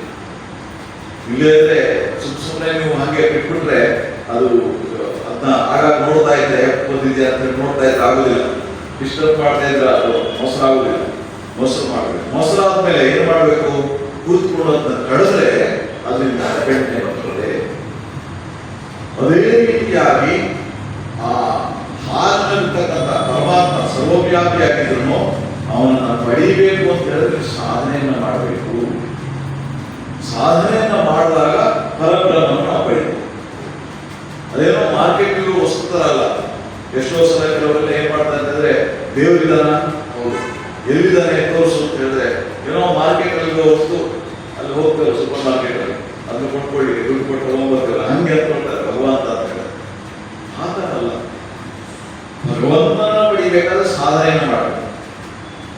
ಸಾಧನೆ ಅಂತ ಹೇಳಿದ್ರೆ ಏನು? ಈಗ ನೋಡಿ, ಟೆಂಪರೇಚರ್ ಅಳಿಬೇಕು ಅಂತ ಹೇಳಿದ್ರೆ, ಅಥವಾ ಹಾರ್ಟ್ ಬೀಟ್ ನೋಡ್ಬೇಕು ಅಂತ ಹೇಳಿದ್ರೆ ಸ್ಟೆಥೋಸ್ಕೋಪ್ ಉಪಯೋಗಿಸ್ತಾರೆ. ಹಾಗೆ ಪ್ರತಿಯೊಂದಕ್ಕೂ ಕೂಡ ಒಂದು ಉಪಕರಣ ಇದೆ. ಆ ಉಪಕರಣ ಸರಿಯಾಗಿ ಕೆಲಸ ಮಾಡ್ತಾ ಇರಬೇಕು. ಅದು ಸರಿಯಾಗಿ ಕೆಲಸ ಮಾಡ್ತಾ ಇರಬೇಕು. ಇಲ್ಲದೆ ಇದ್ರೆ ಸರಿಯಾದ ಮೀಟರ್ ತೋರಿಸೋದಿಲ್ಲ, ತಪ್ಪಾಗಿ ತೋರಿಸುತ್ತೆ. ಯಾವುದೇ ಮೀಟರ್ ಇರ್ಬೋದು, ವೇಟ್ ಇರ್ಬೋದು. ತರಕಾರಿ ಅಂಗಡಿಗೆ ಹೋದಾಗ ಅವನು ಹಿಂದ್ಗಡೆ 1 kg ಫ್ರಂಟ್ ಸೀಟ್ ಕೊಡ್ತೇವೆ, ಸರಿಯಾದ ವೇಟ್ ತೋರಿಸೋದಿಲ್ಲ. 1 ಕಿಲೋ ನಮ್ಗೆ ಬೇಕು ಅಂತ ಹೇಳಿದ್ರೆ ಇದು ಮಾಡ್ಬೇಕು. ಅಂದ್ರೆ ಕೆಲವೊಮ್ಮೆ ಅರ್ಧ ಕಿಲೋ ಇರ್ತಾರೆ, ಯಾಕೆಂದ್ರೆ ಒಂದು ಕಲ್ಲು ಅನ್ಸಿರ್ತಾರೆ. ಅಂದ್ರೆ ಸರಿಯಾಗಿ ಅದು ಸರಿಯಾಗಿಲ್ಲ ಅಂತ ಹೇಳಿ ಅರ್ಥ. ಹಾಗಾಗಿ ಮೊದಲು ಏನ್ ಮಾಡಬೇಕು, ಯಾವುದರಿಂದ ನೀವು ಅದನ್ನು ಮೆಜರ್ಮೆಂಟ್ ನೋಡ್ತೀಯೋ ಆ ಇನ್ಸ್ಟ್ರೂಮೆಂಟ್ ಮತ್ತು ಸರಿಯಾಗಿರ್ಬೇಕು, ಆ ಉಪಕರಣ ಮತ್ತು ಸರಿಯಾಗಿರ್ಬೇಕು, ಅದನ್ನು ನೋಡ್ಕೋ. ಹಾಗೆಯೇ ಸಾಧನೆಯನ್ನ ಮಾಡಲಿಕ್ಕೆ ಮುಖ್ಯವಾಗಿರತಕ್ಕಂಥ ಉಪಕರಣ ಅಂತ ಹೇಳಿದ್ರೆ ನಿನ್ನ ಮನಸ್ಸು. ಅದನ್ನೇನ್ ಮಾಡಿದ್ರು ಶ್ರೀರಾಮಕೃಷ್ಣರು? ಅವರು ಹೇಗೆ ಹೇಳ್ತಾರೆ, ಯಾತಕ್ಕೋಸ್ಕರ ಹೇಳ್ತಾರೆ? ಸ್ವ ಅನುಭವದಿಂದ, ಸ್ವಂತ ಅನುಭವದಿಂದ, ಯಾವುದೋ ಶಾಸ್ತ್ರದಲ್ಲಿ ಓದಿದ್ದಲ್ಲ. ಬಾಲ್ಯದಿಂದಲೂ ಅವರ ಮನಸ್ಸು ಹೇಗೆ ಈ ಭಗವದ್ ದರ್ಶನಕ್ಕೋಸ್ಕರ ಸಿದ್ಧವಾಗಿತ್ತು ಅಂತ ಹೇಳಿದ್ರೆ, ಒಂದು ಸ್ವಲ್ಪ ಕೂಡ ಆಚೆ ಈಚೆ ನೋಡ್ತಿರ್ಲಿಲ್ಲ. ಅವರು ಭಗವತ್ ಸಾಧನೆ ಮಾಡಬೇಕು ಅಂತ ಹೇಳಿದ್ರೆ ಬೇರೆ ಎಲ್ಲ ಮರೆತು ಬಿಡ್ತಾ ಇದ್ರು. ಒಂದ್ಸಲ ಏನಾಗಿತ್ತು ಅಂತ ಹೇಳಿದ್ರೆ, ದಕ್ಷಿಣೇಶ್ವರದಲ್ಲಿ ಅಲ್ಲಿ ಗಂಗಾ ನದಿ ಇದೆ ಪಕ್ಕದಲ್ಲೇ. ಆ ಗಂಗಾ ನದಿಯಲ್ಲಿ ಏಕಾದಶಿ ದಿವಸ ಒಂದು ತೆರೆ ಬರ್ತದೆ ಸಮುದ್ರದ ಕಡೆಯಿಂದ ಆಪೋಸಿಟ್ ಡೈರೆಕ್ಷನ್. ಅದಾದ್ಮೇಲೆ ಅದೇನ್ ಮಾಡ್ತಾರೆ, 12 ಗಂಟೆ ಆಪೋಸಿಟ್ ಡೈರೆಕ್ಷನ್ ಅದಕ್ಕೆ ಆಗಿ ಅದಾದ್ಮೇಲೆ ಸಮುದ್ರದ ಕಡೆ ಇರ್ತದೆ, ಉಭಯ ವಾಹಿನಿ ಅಂತ ಹೇಳ್ತಾರೆ. ಸುಮಾರು ಕಿಲೋಮೀಟರ್ ದೂರ ತನಕ ಹೋಗ್ತಾ ಇರ್ತದೆ. ಅದು ಪ್ರಾರಂಭವಾಗಬೇಕಾದ್ರೆ ಒಂದು ದೊಡ್ಡ ಅಲೆ ಬರ್ತದೆ. ಅದು ಅಂದ್ರೆ ನೋಡೋ ತರ ಇರ್ತದೆ. ನಾವು ಅಲ್ಲಿ ಬೇಲೂರು ಮಠದಲ್ಲಿ ನೋಡಿದ್ವಿ, ನೋಡೋ ತರ ಇದೆ. ಎಂತ ಒಂದು ದೊಡ್ಡ ಅಲೆ ಬರ್ತದೆ ಅಂತ ಹೇಳಿದ್ರೆ, ಒಂದ್ಸಲ ಶ್ರೀರಾಮಕೃಷ್ಣರು ದಕ್ಷಿಣೇಶ್ವರದಲ್ಲಿ ನಮ್ಮ ಪಪ್ಪಣೆ ಕೂತ್ಕೊಂಡಿದ್ರು. ಯಾರೋ ಬಂದು ಹೇಳಿದ್ರು, ಬಾನ್ ಬರ್ತಾ ಇದೆ, ಬೆಂಗಳೂರಿಗೆ ಬಾನ್ ಅಂತ ಹೇಳ್ತಾರೆ, ಬಾನ್ ಬರ್ತಾ ಇದೆ ಅಂತ ಹೇಳಿದ್ರು. ಹೇಳಿದ ಕೂಡಲೇ ಶ್ರೀರಾಮಕೃಷ್ಣ ಏನ್ ಮಾಡಿದರೆ, ಇಮಿಡಿಯೇಟ್ಲಿ ಓಡಿದ್ರು. ಆಮೇಲೆ ಹೋಗಿ ಅವ್ರು ನೋಡಿದ್ರು, ಅವ್ರು ನೋಡಿದ್ದಾರೆ. ಇನ್ ಕೆಲವರಿಗೆಲ್ಲ ಬನ್ನಿ ಅಂತ ಹೇಳಿದ್ರು. ಅವರು ಅಲ್ಲಿ ಬರುವಷ್ಟರಲ್ಲಿ ಅದು ನಾನು ಹೊರಟೋಗಿದೆ. ಯಾಕೆ? ಶ್ರೀರಾಮಕೃಷ್ಣರು ಇದ್ದಕ್ಕಿದ್ದಾಗೆ ಹೋಗಿದ್ದಾರೆ. ಅವರು ಶರೀರದ ಮೇಲೆ ಬಟ್ಟೆ ಇದೆಯೋ ಇಲ್ವೋ ಏನು ನೋಡಿಲ್ಲ. ಅವರು ಇದ್ದಕ್ಕಿದ್ದಾಗೆ ಓಡೋದು. ಬೇರೆಯವರೆಲ್ಲ ತಮ್ಮ ಬಟ್ಟೆ ಗಿಟ್ಟೆಲ್ಲ ಸರಿ ಮಾಡ್ಕೊಂಡು ಹೋಗುವಾಗ ತಾವು ನೋಡಿದ್ರು. ಶ್ರೀರಾಮಕೃಷ್ಣ ಹೇಳ್ತಾ ಇದ್ದಾರೆ, ನೋಡಪ್ಪ, ಭಗವಂತನ ನೋಡ್ಲಿಕ್ಕೆ ಕೂಡ ಹೀಗೆ ವ್ಯಾಕುಲತೆ ಇರಬೇಕು. ಆ ವ್ಯಾಕುಲತೆ ಹೇಗಿರ್ತದೆ ಅಂತ ಹೇಳಿದ್ರೆ, ಲಜ್ಜೆ, ಋಣ, ಭಯ ಯಾವುದು ಕೂಡ ಇರೋದಿಲ್ಲ ಆ ವ್ಯಕ್ತಿ. ಆ ಒಂದು ಅಂತಹ ಒಂದು ಮನೋಭಾವನೆಗೆ ಬಂದಾಗ ಭಗವಂತನ ಸಾಕ್ಷಾತ್ಕಾರವಾಗುತ್ತೆ. ಲೋಕದ ಜನರು ಏನ್ ಹೇಳ್ತಾರೋ, ಅವರೇನ್ ಹೇಳ್ತಾರೋ, ನಾನು ಜಪಧ್ಯಾನ ಮಾಡಿ ಕೂತ್ಕೊಂಡ್ರೆ ಜನ ಏನ್ ಹೇಳ್ತಾರೋ. ನನ್ನಲ್ಲಿ ಮಂಗಳೂರಲ್ಲಿ ಒಬ್ಬರು ಭಕ್ತರು ಹೇಳ್ತಾ ಇದ್ದಾರೆ, ಅವ್ರಿಗೆ ಈ ರಿಯಲ್ ಎಸ್ಟೇಟ್ ಬಿಸ್ನೆಸ್ ಅವರಿಗೆ. ಆಮೇಲೆ ಅವರು ಬೆಳಗ್ಗೆ ಹೋಗಿ ಪ್ರತಿ ದಿವಸ ಜಪಧ್ಯಾನ ಮಾಡ್ತಾರೆ. ಅವರಿಗೆ ಕಾಲ್ ಬರ್ತಾ ಇದೆ. ಹಾಗೆಲ್ಲ ಲ್ಯಾಂಡ್ ಲೈನ್ ಈ ತರ ಮೊಬೈಲ್ ಇರಲಿಲ್ಲ, ಕಾಲ್ ಬರ್ತಾ ಇದೆ ಅವರಿಗೆ. ಸೊ ಮನೆಯಲ್ಲಿ ಹೇಳ್ತಾ ಇದ್ರು ಅವ್ರಿಗೆ, ನೋಡಿ ಅವರು ಜಪಧ್ಯಾನ ಮಾಡ್ತಾ ಇದ್ದಾರೆ ಅಂತ ಹೇಳಿ. ಆಮೇಲೆಲ್ಲ ತಮಾಷೆ ಮಾಡ್ತಾ ಇದ್ದಾರೆ, ಏನು ಬಹಳ ಜೋರಾಗಿರ್ತದೆ ಸಾಧನೆ ಎಲ್ಲ ಅಂತೆಲ್ಲ ಜನ ಎಲ್ಲ ತಮಾಷೆ ಮಾಡ್ತಾರೆ. ಇವರೆಲ್ಲ ತಮಾಷೆ ಮಾಡ್ತಾರಲ್ಲ ಅಂತ ಹೇಳಿ ನಾನು ಅದನ್ನು ಹೇಳಿದೆ. ಹೌದು, ಎಲ್ಲರೂ ಮಾಡ್ತಾರೆ, ತಮಾಷೆ ಮಾಡ್ತಾರೆ. ಆದರೆ ಇದನ್ನೆಲ್ಲ ನೀನು ಮನಸ್ಸಿಗೆ ಹಚ್ಚಿಕೊಂಡ್ರೆ ದೇವರು ಸಿಗೋದಿಲ್ಲ. ಇದನ್ನೆಲ್ಲ ಅಂದ್ಕೊಂಡು ಜನ ಹೇಳೋರು ಹೇಳ್ತಾ ಇರ್ತಾರೆ, ನೀನು ಮಾಡ್ಬೇಕು, ಸಾಧನೆ ಮಾಡ್ಬೇಕು ಅಂತಂದ್ರೆ ಮಾಡ್ಬೇಕು. ಶ್ರೀರಾಮಕೃಷ್ಣದೇ ಹೇಳೋದು, ಅವರ ಮನಸ್ಸು ಅದೇ ತರ ಇತ್ತು. ಅವ್ರು ಯಾವುದಕ್ಕೂ ಭಗವಂತ ಅಂತ ಹೇಳಿದ್ರೆ ಬೇರೆ ಯಾವುದಕ್ಕೂ ಅವರು ಹಿಂದೆ ಮುಂದೆ ನೋಡ್ತಿರ್ಲಿಲ್ಲ. ಭಗವಂತ ಅಂತಂದ್ರೆ ಭಗವಂತ, ಅದೇ ಅವರು ನಂಬಿದ್ರು. ಭಗವಂತನ ಕಂಡುಕೊಳ್ಬೇಕಾದ್ರೆ ಆ ಮನಸ್ಸು ಆದ ಸಿದ್ಧವಾಗಿರ್ಬೇಕು. ಹೀಗಾಗಿ ಆಗ ಏನಾಗುತ್ತೆ ಅಂತ ಹೇಳಿದ್ರೆ, ಅದರಲ್ಲಿ ಹಾಲಿನಲ್ಲಿ ವ್ಯಾಪಕವಾಗಿರ್ತಕ್ಕಂತಹ ಆ ಬೆಣ್ಣೆ ಅದನ್ನ ಕಳೆದ್ಬಿಟ್ಟು ಅಂದ್ರೆ ಏಕಾಂತ ಸ್ಥಳದಲ್ಲಿ ಅಂತ ಹೇಳ್ತಾರೆ ಶ್ರೀರಾಮಕೃಷ್ಣ, ಒಂದು ಹೆಪ್ಪಾಕ್ಬೇಕು ಏಕಾಂತ ಸ್ಥಳದಲ್ಲಿ. ಅದೇ ರೀತಿಯಾಗಿ ಮನಸ್ಸನ್ನು ಕೂಡ ಭಗವಂತನ ಧ್ಯಾನ ಮಾಡಲಿಕ್ಕೆ ಯೋಗ್ಯವಾಗಿ ತಯಾರು ಮಾಡಿಕೊಳ್ಬೇಕು. ಅಂಥ ಒಂದು ಮನಸ್ಸಿನಿಂದ ಸಾಧನೆ ಮಾಡಿದ್ರೆ ಆಗಲಿಗೆ ಭಗವಂತ ಸಿಗ್ತಾನೆ ಅಂತ ಹೇಳ್ತಾರೆ ಶ್ರೀರಾಮ. ಅದೇ ರೀತಿಯಾಗಿ ಈ ಇನ್ನೊಂದು ಭಗವಂತನ ವೈಶಿಷ್ಟ್ಯ ಅಂತ ಹೇಳಿದ್ರೆ, ಈಗ ಮುಂದೆ ನಾವು ಹೇಳಿದೆ ಅಂತ ಹೇಳಿದ್ರೆ, ಭಗವಂತನನ್ನ ಯಾರು ಯಾವ ರೀತಿಯಾಗಿ ಕರೀತಾರೋ ಆ ರೀತಿಯಾಗಿ ಅವರಿಗೆ ದರ್ಶನ ಕೊಡ್ತಾರೆ. ಅವನನ್ನ ಮಾಡ್ತಕ್ಕಂಥ ಆರಾಧನೆ ಮಾಡ್ತಕ್ಕಂಥ ಎಷ್ಟು ಮಾರ್ಗಗಳಿವೆ ಅವೆಲ್ಲವೂ ಸತ್ಯ. ಈ ವಿಷಯವನ್ನು ಶ್ರೀರಾಮಕೃಷ್ಣರು ತಮ್ಮದೇ ಆದ ಭಾಷೆಯಲ್ಲಿ ಅವರು ವಿವರಣೆ ಮಾಡ್ತಾ ಇದ್ದಾರೆ. ಬೇರೆ ಬೇರೆ ಹೆಸರಿಂದ ಕರೀತಾರೆ, ಆದರೆ ಮೂಲ ಶಕ್ತಿ ಒಂದೇ. ಮೂಲ ಶಕ್ತಿ ಅಂತಕ್ಕಂಥದ್ದು ಒಂದೇ, ಅವೆಲ್ಲರೂ ಎರಡು ಕಡೆ ಇದೆ. ಅದಕ್ಕೆ ಶ್ರೀರಾಮಕೃಷ್ಣ ಒಂದು ಉದಾಹರಣೆ ಕೊಡ್ತಾ ಇದ್ದಾರೆ ಅಂತ ಹೇಳಿದ್ರೆ, ಒಂದು ಕೊಳ ಇದೆ ಅಂತ ಇಟ್ಕೊಳ್ಳಿ. ಆ ಕೊಳದಲ್ಲಿ ಎಷ್ಟೋ ಜನ ಹೋಗಿ ನೀರು ತಗೊಂಡು ಬರ್ತಾರೆ, ಬೇರೆ ಬೇರೆ ತರ ಪಾತ್ರೆ ತಗೊಂಡು ಬರ್ತಾರೆ. ಪಾತ್ರೆ ಆಕಾರ ಬೇರೆ ಇರ್ಬೋದು. ಆಮೇಲೆ ಅದಕ್ಕೆ ಇದು ಕರೆತಕ್ಕಂಥದ್ದು ಹೆಸರು ನೀರು, ಜಲ, ಅಲ್ಲಿ ನಳಪಕ್ಕ ಹೋದ್ರೆ ನೀಳು ಅಂತ ಹೇಳ್ತಾರೆ, ಮಂಚಿ ನೀಳು ಅಂತ ಹೇಳ್ತಾರೆ. ಹೀಗೆ ವಾಟರ್ ಅಥವಾ ಬೇರೆ ಬೇರೆ ಹೆಸರಿಂದ ಕರೀತಾರೆ. ಬೇರೆ ಬೇರೆ ಪಾತ್ರೆ ತಗೊಂಡು ಬರ್ತಾರೆ, ಆಕಾರ ಕೂಡ ಬೇರೆ ಇರ್ತದೆ. ಆದರೆ ಅದೆಲ್ಲವೂ ಒಂದೇ ಕೊಳದ ನೀರು. ಅದೇ ರೀತಿಯಾಗಿ ಶ್ರೀರಾಮ ಹೇಳ್ತಾ ಇದ್ದಾರೆ, ನೋಡಪ್ಪ, ಭಗವಂತನ ಬೇರೆ ಬೇರೆ ಹೆಸರಿನಿಂದ ಕರೀತಾರೆ, ಆದರೆ ಮೂಲ ಶಕ್ತಿ ಒಂದೇ, ಸತ್ಯ ಅಂತಕ್ಕಂಥದ್ದು ಒಂದೇ. ಏಕಂ ಸತ್ ವಿಪ್ರ ಹೌದಾವಂತೆ ಶಾಸ್ತ್ರ ಹೇಳ್ತಾ ಇದ್ವು. ಅದನ್ನ ಬಹಳ ಸುಲಭವಾಗಿರ್ತಕ್ಕಂಥ ನಮಗೆ ಅರ್ಥವಾಗುವಾಗೆ ಶ್ರೀರಾಮರು ತಿಳಿಸಿ ಹೇಳ್ತಾ ಇದ್ರು. ಬರೀ ಅಷ್ಟೇ ಅಲ್ಲ, ನೀನು ಯಾವ ರೀತಿಯಾಗಿ ಅವನನ್ನು ಕರೆದರೂ ಶ್ರದ್ಧೆಯಿಂದ, ಭಕ್ತಿಯಿಂದ, ಪ್ರೇಮದಿಂದ ಅವನನ್ನು ಕರೆದ್ರೆ ಭಗವಂತ ಅದಕ್ಕೆ ಹೋಗ್ಬಿಡ್ತಾನೆ. ಅದರಲ್ಲಿ ಯಾವುದೇ ಸಂದೇಹ ಇಲ್ಲ. ಅದಕ್ಕೆ ಒಂದು ಉದಾಹರಣೆ ಕೊಡ್ತಾರೆ. ಮನೆಯಲ್ಲಿ ತಂದೆ ಇದ್ದಾನೆ, ತಂದೆಗೆ 4 ಜನ ಮಕ್ಕಳಿದ್ದಾರೆ ಅಂತ ಇಟ್ಕೊಳ್ಳಿ.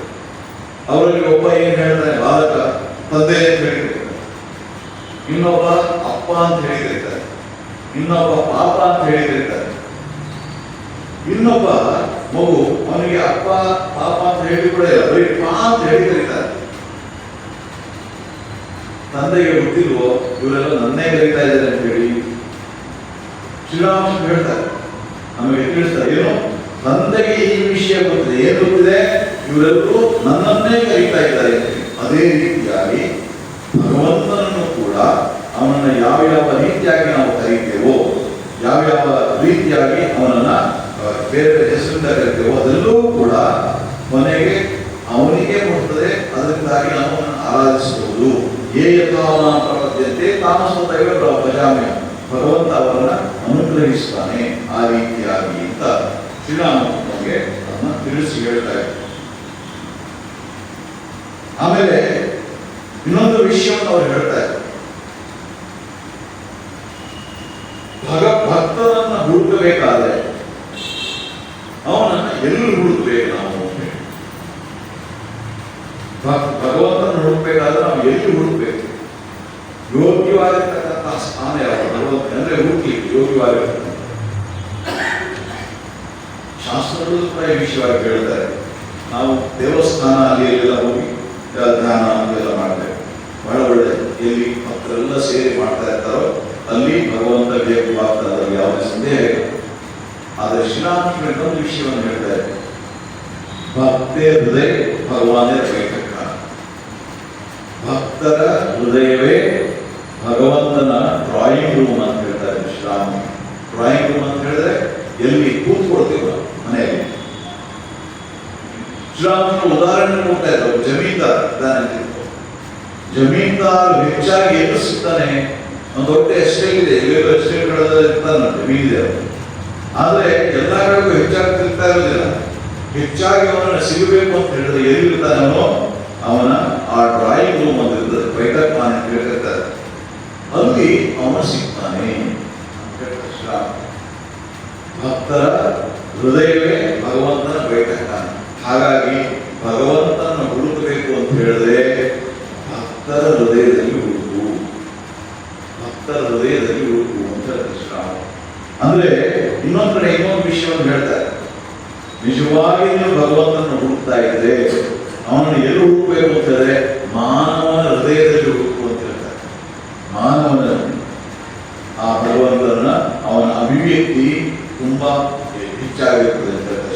ಎಲ್ಲ ಕಡೆ ಭಗವಂತ, ಆದರೆ ಅವನ ಅಭಿವ್ಯಕ್ತಿ ಹೆಚ್ಚಾಗಿರೋದಲ್ಲಿ ಮಾನವನಲ್ಲಿ, ಅದರಲ್ಲೂ ವಿಶೇಷವಾಗಿ ಭಕ್ತರ ಹೃದಯದಲ್ಲಿ ಭಗವಂತ ಇರ್ತಾನೆ ಯಾವಾಗಲೂ. ಇದನ್ನ ಅವ್ರು ಹೇಗೆ ಹೇಳ್ತಾ ಇದ್ರು, ತಮ್ಮದೇ ಅನುಭವದೇ. ಅದಕ್ಕೆ ಒಂದು ಉದಾಹರಣೆ ಕೊಡ್ತಾ ಇದ್ರು. ಯದು ಮಲ್ಲಿಕ್ ಅಂತ ಹೇಳಿ ಶ್ರೀರಾಮಕೃಷ್ಣ ಬರ್ತಾ ಇದ್ದವರು ಜಮೀನ್ದಾರ. ಈಗ ನೀವು ಯದು ಮಲ್ಲಿಕನ್ನು ಹುಡುಕ್ಬೇಕಾದ್ರೆ ಎಲ್ಲಿ ಹೋಗ್ಬೇಕು? ಅವನ ಬೇಟಕ್ಕ ಇದೆ, ಅಲ್ಲಿ ಹೋಗ್ಬೇಕು. ಒಂದು ದೊಡ್ಡ ಜಮೀನ್ ಇದೆ ಅವನು, ಅಲ್ಲೆಲ್ಲ ತಿರುಗ್ತಾ ಇದ್ವಿ ನಾನು ಯಾವಾಗಲೂ.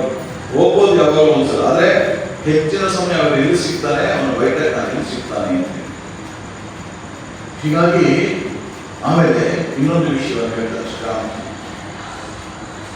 ಈ ಪ್ರಪಂಚಕ್ಕೆ ಬಂದು ಮೊದಲನೇ ಕೆಲಸ ಏನು ಮಾಡಬೇಕು ಅಂತ ಹೇಳಿದ್ರೆ, ಹೇಗಾದರೂ ಮಾಡಿ ಭಗವಂತನನ್ನ ದರ್ಶನ ಮಾಡಿಕೊಳ್ಳಿಕ್ಕೆ ಪ್ರಯತ್ನ ಮಾಡಬೇಕು ಅಂತ ಶ್ರೀರಾಮ. ಯಾಕೆ? ಮನುಷ್ಯ ಜೀವನದ ಉದ್ದೇಶ ಹೇಗಾದರೂ ಮಾಡಿ ಭಗವದ್ ಭಕ್ತಿಯನ್ನ ಪ್ರಾಪ್ತಿ ಮಾಡಿಕೊಂಡ್ರೆ ನಿಂತ್ಕೊಳ್ಳಿ. ಏನೋ ಒಂದು ಭಗವಂತನ ಕುರಿತು ಒಂದು ಅನುಭವ, ಭಗವಂತನ ವಿಷಯ ಶ್ರದ್ಧೆ ಬಂದಿದೆ. ಶ್ರದ್ಧೆ ಬಂದ ಮೇಲೆ ಆಮೇಲೆ ಸಂಸಾರದಲ್ಲಿ ಸನ್ಯಾಸಿಯಾಗಿ ಏನ್ ಬೇಕಾದಾಗಿತ್ತು ಶ್ರೀರಾಮ. ಕಾರಣ ಏನು? ಕಾರಣ ಏನು ಅಂತ ಹೇಳಿದ್ರೆ, ಭಗವಂತನಲ್ಲಿ, ಭಗವಂತನ ಅಸ್ತಿತ್ವದಲ್ಲಿ ವಿಶ್ವಾಸ ಬಂತು ಅಂತ ಹೇಳಿದ್ರೆ, ಭಗವಂತನ ಕಾರ್ಯಕ್ರಮಗಳಲ್ಲಿ ಭಕ್ತಿ ಬಂತು ಅಂತ ಹೇಳಿದ್ರೆ, ಈ ಪ್ರಪಂಚದಲ್ಲಿ ಸಾಮಾನ್ಯ ವ್ಯಕ್ತಿ ಅನುಭವಿಸತಕ್ಕಂಥ ದುಃಖವನ್ನ ಆ ವ್ಯಕ್ತಿ ಅನುಭವಿಸೋದಿಲ್ಲ. ಹೇಗೆ ಹೇಗೆ ಅಂತ ಹೇಳಿದ್ರೆ, ಸಾಮಾನ್ಯ ವ್ಯಕ್ತಿಗೆ ಏನು ಈ ಪ್ರಪಂಚ, ನನ್ನ ಕುಟುಂಬ, ನನ್ನ ಆಸ್ತಿ, ನನ್ನ ಅಧಿಕಾರ ಎಲ್ಲ ಪ್ರತಿಯೊಂದು ಕೂಡ ಅದರಲ್ಲಿ ನನ್ನದು ಅಂತಕ್ಕಂಥ ಭಾವನೆ ಇರ್ತದೆ. ಭಗವಂತನ ಭಕ್ತಿ ಬಂದ್ಬಿಟ್ರೆ, ಭಗವಂತನ ಭಕ್ತಿ ಅಂತ ಹೇಳಿದ್ರೆ ಈ ಒಂದು ಅದು ಅವನದಾಗಿ ಇರ್ತದೆ, ಆದರೆ ಅದರಲ್ಲಿ ಅವನಿಗೆ ಆಸಕ್ತಿ ಇರಲ್ಲ, ಅಂಟುಕೊಂಡಿರೋದಿಲ್ಲ. ಅದಕ್ಕೆ ಶ್ರೀರಾಮ ಒಂದು ಉದಾಹರಣೆ ಕೊಡ್ತಾ ಇದ್ದಾರೆ. ಹಲಸಿನ ಹಣ್ಣು ಬಿಡಿಸ್ಬೇಕು ಅಂತ ಹೇಳಿದ್ರೆ ಮೊದಲು ಏನ್ ಮಾಡ್ಬೇಕು? ಕೈಗೆ ಎಣ್ಣೆ ಹಚ್ಚಬೇಕು. ಎಣ್ಣೆ ಹಚ್ಕೊಂಡು ನಂತರ ನೀವು ಹಲಸಿನ ಬಿಡಿಸಿದ್ರೆ ಅದರ ಅಂಟು ನಿಮ್ಮ ಕೈಗೆ ಹತ್ಕೊಳ್ಳೋದಿಲ್ಲ. ಅದೇ ರೀತಿಯಾಗಿ ಭಗವಂತನ ಸಾಕ್ಷಿ ಈ ಪ್ರಪಂಚದಲ್ಲಿ ಇರಬೇಕು ಅಂತ ಹೇಳಿದ್ರೆ ಮೊದಲು ಏನ್ ಮಾಡ್ಬೇಕು? ಭಗವದ್ ಭಕ್ತಿಯನ್ನ ಪ್ರಾಪ್ತಿ ಮಾಡ್ಕೊಳ್ಳಿ ಅಂತ ಹೇಳ್ತಾರೆ ಶ್ರೀರಾಮ. ಭಗವದ್ ಭಕ್ತಿ ಒಂದ್ಸಲ ಭಗವಂತನ ಶ್ರದ್ಧೆ, ವಿಶ್ವಾಸ ಉಂಟಾಯಿತು ಅಂತ ಹೇಳಿದ್ರೆ ಆಗ ಅಂತ ವ್ಯಕ್ತಿಗಳು ಹೇಗಿರ್ತಾರೆ? ಮಧುರನಾಥ ವಿಶ್ವಾಸ ಕೂಡ ಇದೇ ವಿಷಯವನ್ನು ಹೇಳ್ತಾರೆ ಶ್ರೀರಾಮ. ಮಧುರನಾಥ ವಿಶ್ವಾಸ ರಾಣಿ ರಾಸಮಣಿ ನಂತರ ಆ ದೇವಾಲಯಕ್ಕೆ ಅವನೇ ಯಜಮಾನ. ಮೊದಲು ಕೂಡ ಅವನೇ ನೋಡ್ಕೊಳ್ತಾ ಇದ್ದ. ರಾಣಿ ರಾಸಮಣಿ ಮರಣ ಸಂಪೂರ್ಣವಾಗಿ ಅವನೇ ಅದಕ್ಕೆ ಯಜಮಾನ ಆಗ್ತಾನೆ. ಕಾಳಿದಾಲಯ ಶ್ರೀರಾಮ ಎಷ್ಟೋ ಸೇವೆಯನ್ನು ಮಾಡಿದ. ಅವನಿಗೆ ಶ್ರೀರಾಮ ಒಂದು ಮಾತನ್ನು ಹೇಳ್ತಾ ಇದ್ದಾರೆ, ನೋಡು, ಈ ಕಾಳಿದಾಲಯ ಆಮೇಲೆ ಇದಕ್ಕೆ ಸಂಬಂಧಿಸಿದ ಆಸ್ತಿ ಪಾಸ್ತಿಗಳು, ಆಮೇಲೆ ನಿನ್ನ ಆಸ್ತಿ ಪಾಸ್ತಿಗಳೆಲ್ಲ ಇದೆಯಲ್ಲ, ಇದಕ್ಕೆಲ್ಲ ನೀನು ಯಜಮಾನ ಅಂತ ಹೇಳಿ ಯಾವಾಗಲೂ ಭಾವಿಸಬೇಡ. ಇನ್ನೊಬ್ಬ ಕೇವಲ ಟ್ರಸ್ಟಿ ಅಂತ ಹೇಳಿದ್ರು. ಎಲ್ಲವೂ ಜಗನ್ಮಾತೆಯ ಸೇರಿ, ನೀನು ಇದಕ್ಕೆ ಒಬ್ಬ ಟ್ರಸ್ಟಿ ಆಗಿರಬೇಕು ಅಂತ ಹೇಳ್ತಾರೆ ಶ್ರೀರಾಮ. ಟ್ರಸ್ಟಿ ಆಗಿರೋದು ಅಂತ ಹೇಳಿದ್ರೆ ಏನು? ಅದರ ದೇಖರೇಖೆಗಳನ್ನೆಲ್ಲ ನೋಡ್ಬೇಕು, ಚೆನ್ನಾಗಿ ನೋಡ್ಕೊಳ್ಬೇಕನ್ನ. ಪ್ರತಿಯೊಂದು ವ್ಯವಸ್ಥೆ ಸುವ್ಯವಸ್ಥಿತವಾಗಿ ಎಲ್ಲವೂ ನಡೀತಾ ಇದೆ ಅಂತ ನೋಡ್ಕೊಳ್ಬೇಕು. ಆದರೆ ಅದು ನನ್ನದು, ನನಗೆ ಅದರ ಮೇಲೆ ಅಧಿಕಾರ ಇದೆ ಅಂತ ಹೇಳಿ ಅವನಿಗೆ ಆ ಭಾವನೆ ಇರಬಾರದು. ಟ್ರಸ್ಟಿಗೆ ಯಾವಾಗಲೂ ಕೂಡ ಅದು ಯಾರಿಗೆ? ದೇವರಿಗೆ ಸೇರಿ. ಬಟ್ ಟ್ರಸ್ಟ್ ಇದ್ರೆ ಟ್ರಸ್ಟ್ ಅಂತ ಹೇಳಿದ್ರು, ಆ ಟ್ರಸ್ಟ್ಗೆ ಸಂಬಂಧಿಸಿ. ಅದೇ ರೀತಿಯಾಗಿ ಪ್ರಪಂಚದಲ್ಲಿ ಇರಲಿಕ್ಕೆ ಸಾಧ್ಯವಾದರೆ ನಿನ್ನ ಮನಸ್ಸು ಭಗವನ್ಮುಖವಾಗಿ ಮುಂದುವರಿಯುತ್ತದೆ ಅಂತ ದರ್ಶನ. ಯಾವಾಗ ಈ ಪ್ರಪಂಚದಲ್ಲಿ ಇರ್ತ, ಆಮೇಲೆ ಸಂಸಾರದ ಸ್ವಾಭಾವಿಕವಾಗಿರ್ತದೆ. ಆ ಒಂದು ಆಸಕ್ತಿ, ಆಮೇಲೆ ಆ ಒಂದು ಬಂಧನ, ಇದೆಲ್ಲ ಇರ್ತಕ್ಕಂಥ ಸ್ವಾಭಾವಿಕ. ಯಾಕಂತ ಹೇಳಿದ್ರೆ ಭಗವಂತ ನಮ್ಮನ್ನು ಸೃಷ್ಟಿ ಮಾಡಿದಾಗ, ನಿನ್ನೆ ಕೂಡ ನಾವು ನೋಡಿದೆ, ಮನಸ್ಸು ನಮ್ಮ ಇಂದ್ರಿಯನ ಪರಾಂಚಿಕಾನಿ ಬೆದರ ಸ್ವಯಂಭೂ, ಅಂದ್ರೆ ಮನಸ್ಸನ್ನು ಸ್ವಾಭಾವಿಕವಾಗಿ ಹೊರಗಡೆ ಹೋಗುವ ಹಾಗೆ ಮಾಡಿದ್ದಾನೆ. ಹೀಗಾಗಿ ನಾವು ಒಳಗಡೆ ಕೂತ್ಕೊಂಡಿದ್ರು ನಾವು ಹೊರಗಡೆ ಹೋಗ್ಬೋದು, ನಾವು ಹುಡುಕೋದು ಹೊರಗಡೆ, ಯಾಕಂದ್ರೆ ನಮ್ಮ ಇಂದ್ರಿಯಗಳ ಸ್ವಭಾವ ಹೊರಗಡೆ ಹೋಗ್ತಕ್ಕಂಥದ್ದು. ಹೀಗಾಗ್ಬಿಟ್ಟು ಈ ಪ್ರಪಂಚದಲ್ಲಿ ಆಸಕ್ತಿಯನ್ನು ಹೊಂದೋದು ಸ್ವಾಭಾವಿಕವಾಗಿದೆ, ಅದೊಂದು ಮನುಷ್ಯನ ಸ್ವಭಾವ. ಆದರೆ ಇದರಿಂದ ನಾವು ನಿಧಾನವಾಗಿ ಮನಸ್ಸನ್ನ ಭಗವತ್ ಸಾಕ್ಷಾತ್ಕಾರಕ್ಕೋಸ್ಕರ ಸಿದ್ಧಗೊಳಿಸಬೇಕು. ಯಾಕೆ ಅಂತ ಹೇಳಿದ್ರೆ ಶ್ರೀರಾಮ ಏನ್ ಹೇಳ್ತಾರೆ ಅಂತ ಹೇಳಿದ್ರೆ, ಈ ಪ್ರಪಂಚಕ್ಕೆ ನಾವು ಬಂದು ಭಗವಂತನ ಸಾಕ್ಷಾತ್ಕಾರ ಪಡೆದುಕೊಳ್ಳಿಕ್ಕೆ, ಆಮೇಲೆ ಈ ಮಾನವ ಜನ್ಮದಲ್ಲಿ ಮಾತ್ರವೇ ಭಗವಂತನ ಸಾಕ್ಷಾತ್ಕಾರ ಮಾಡಿಕೊಳ್ಳಿಕ್ಕೆ ಸಾಧ್ಯ.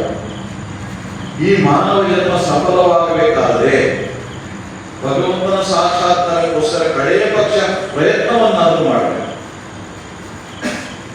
ಈ ಪ್ರಯತ್ನದಲ್ಲಿ ಯಾವುದೇ ಸಾಧನೆಯನ್ನು ಮಾಡಲಿಕ್ಕೆ ಹೋದ್ರೂ ಯಾವುದು ಮುಖ್ಯ?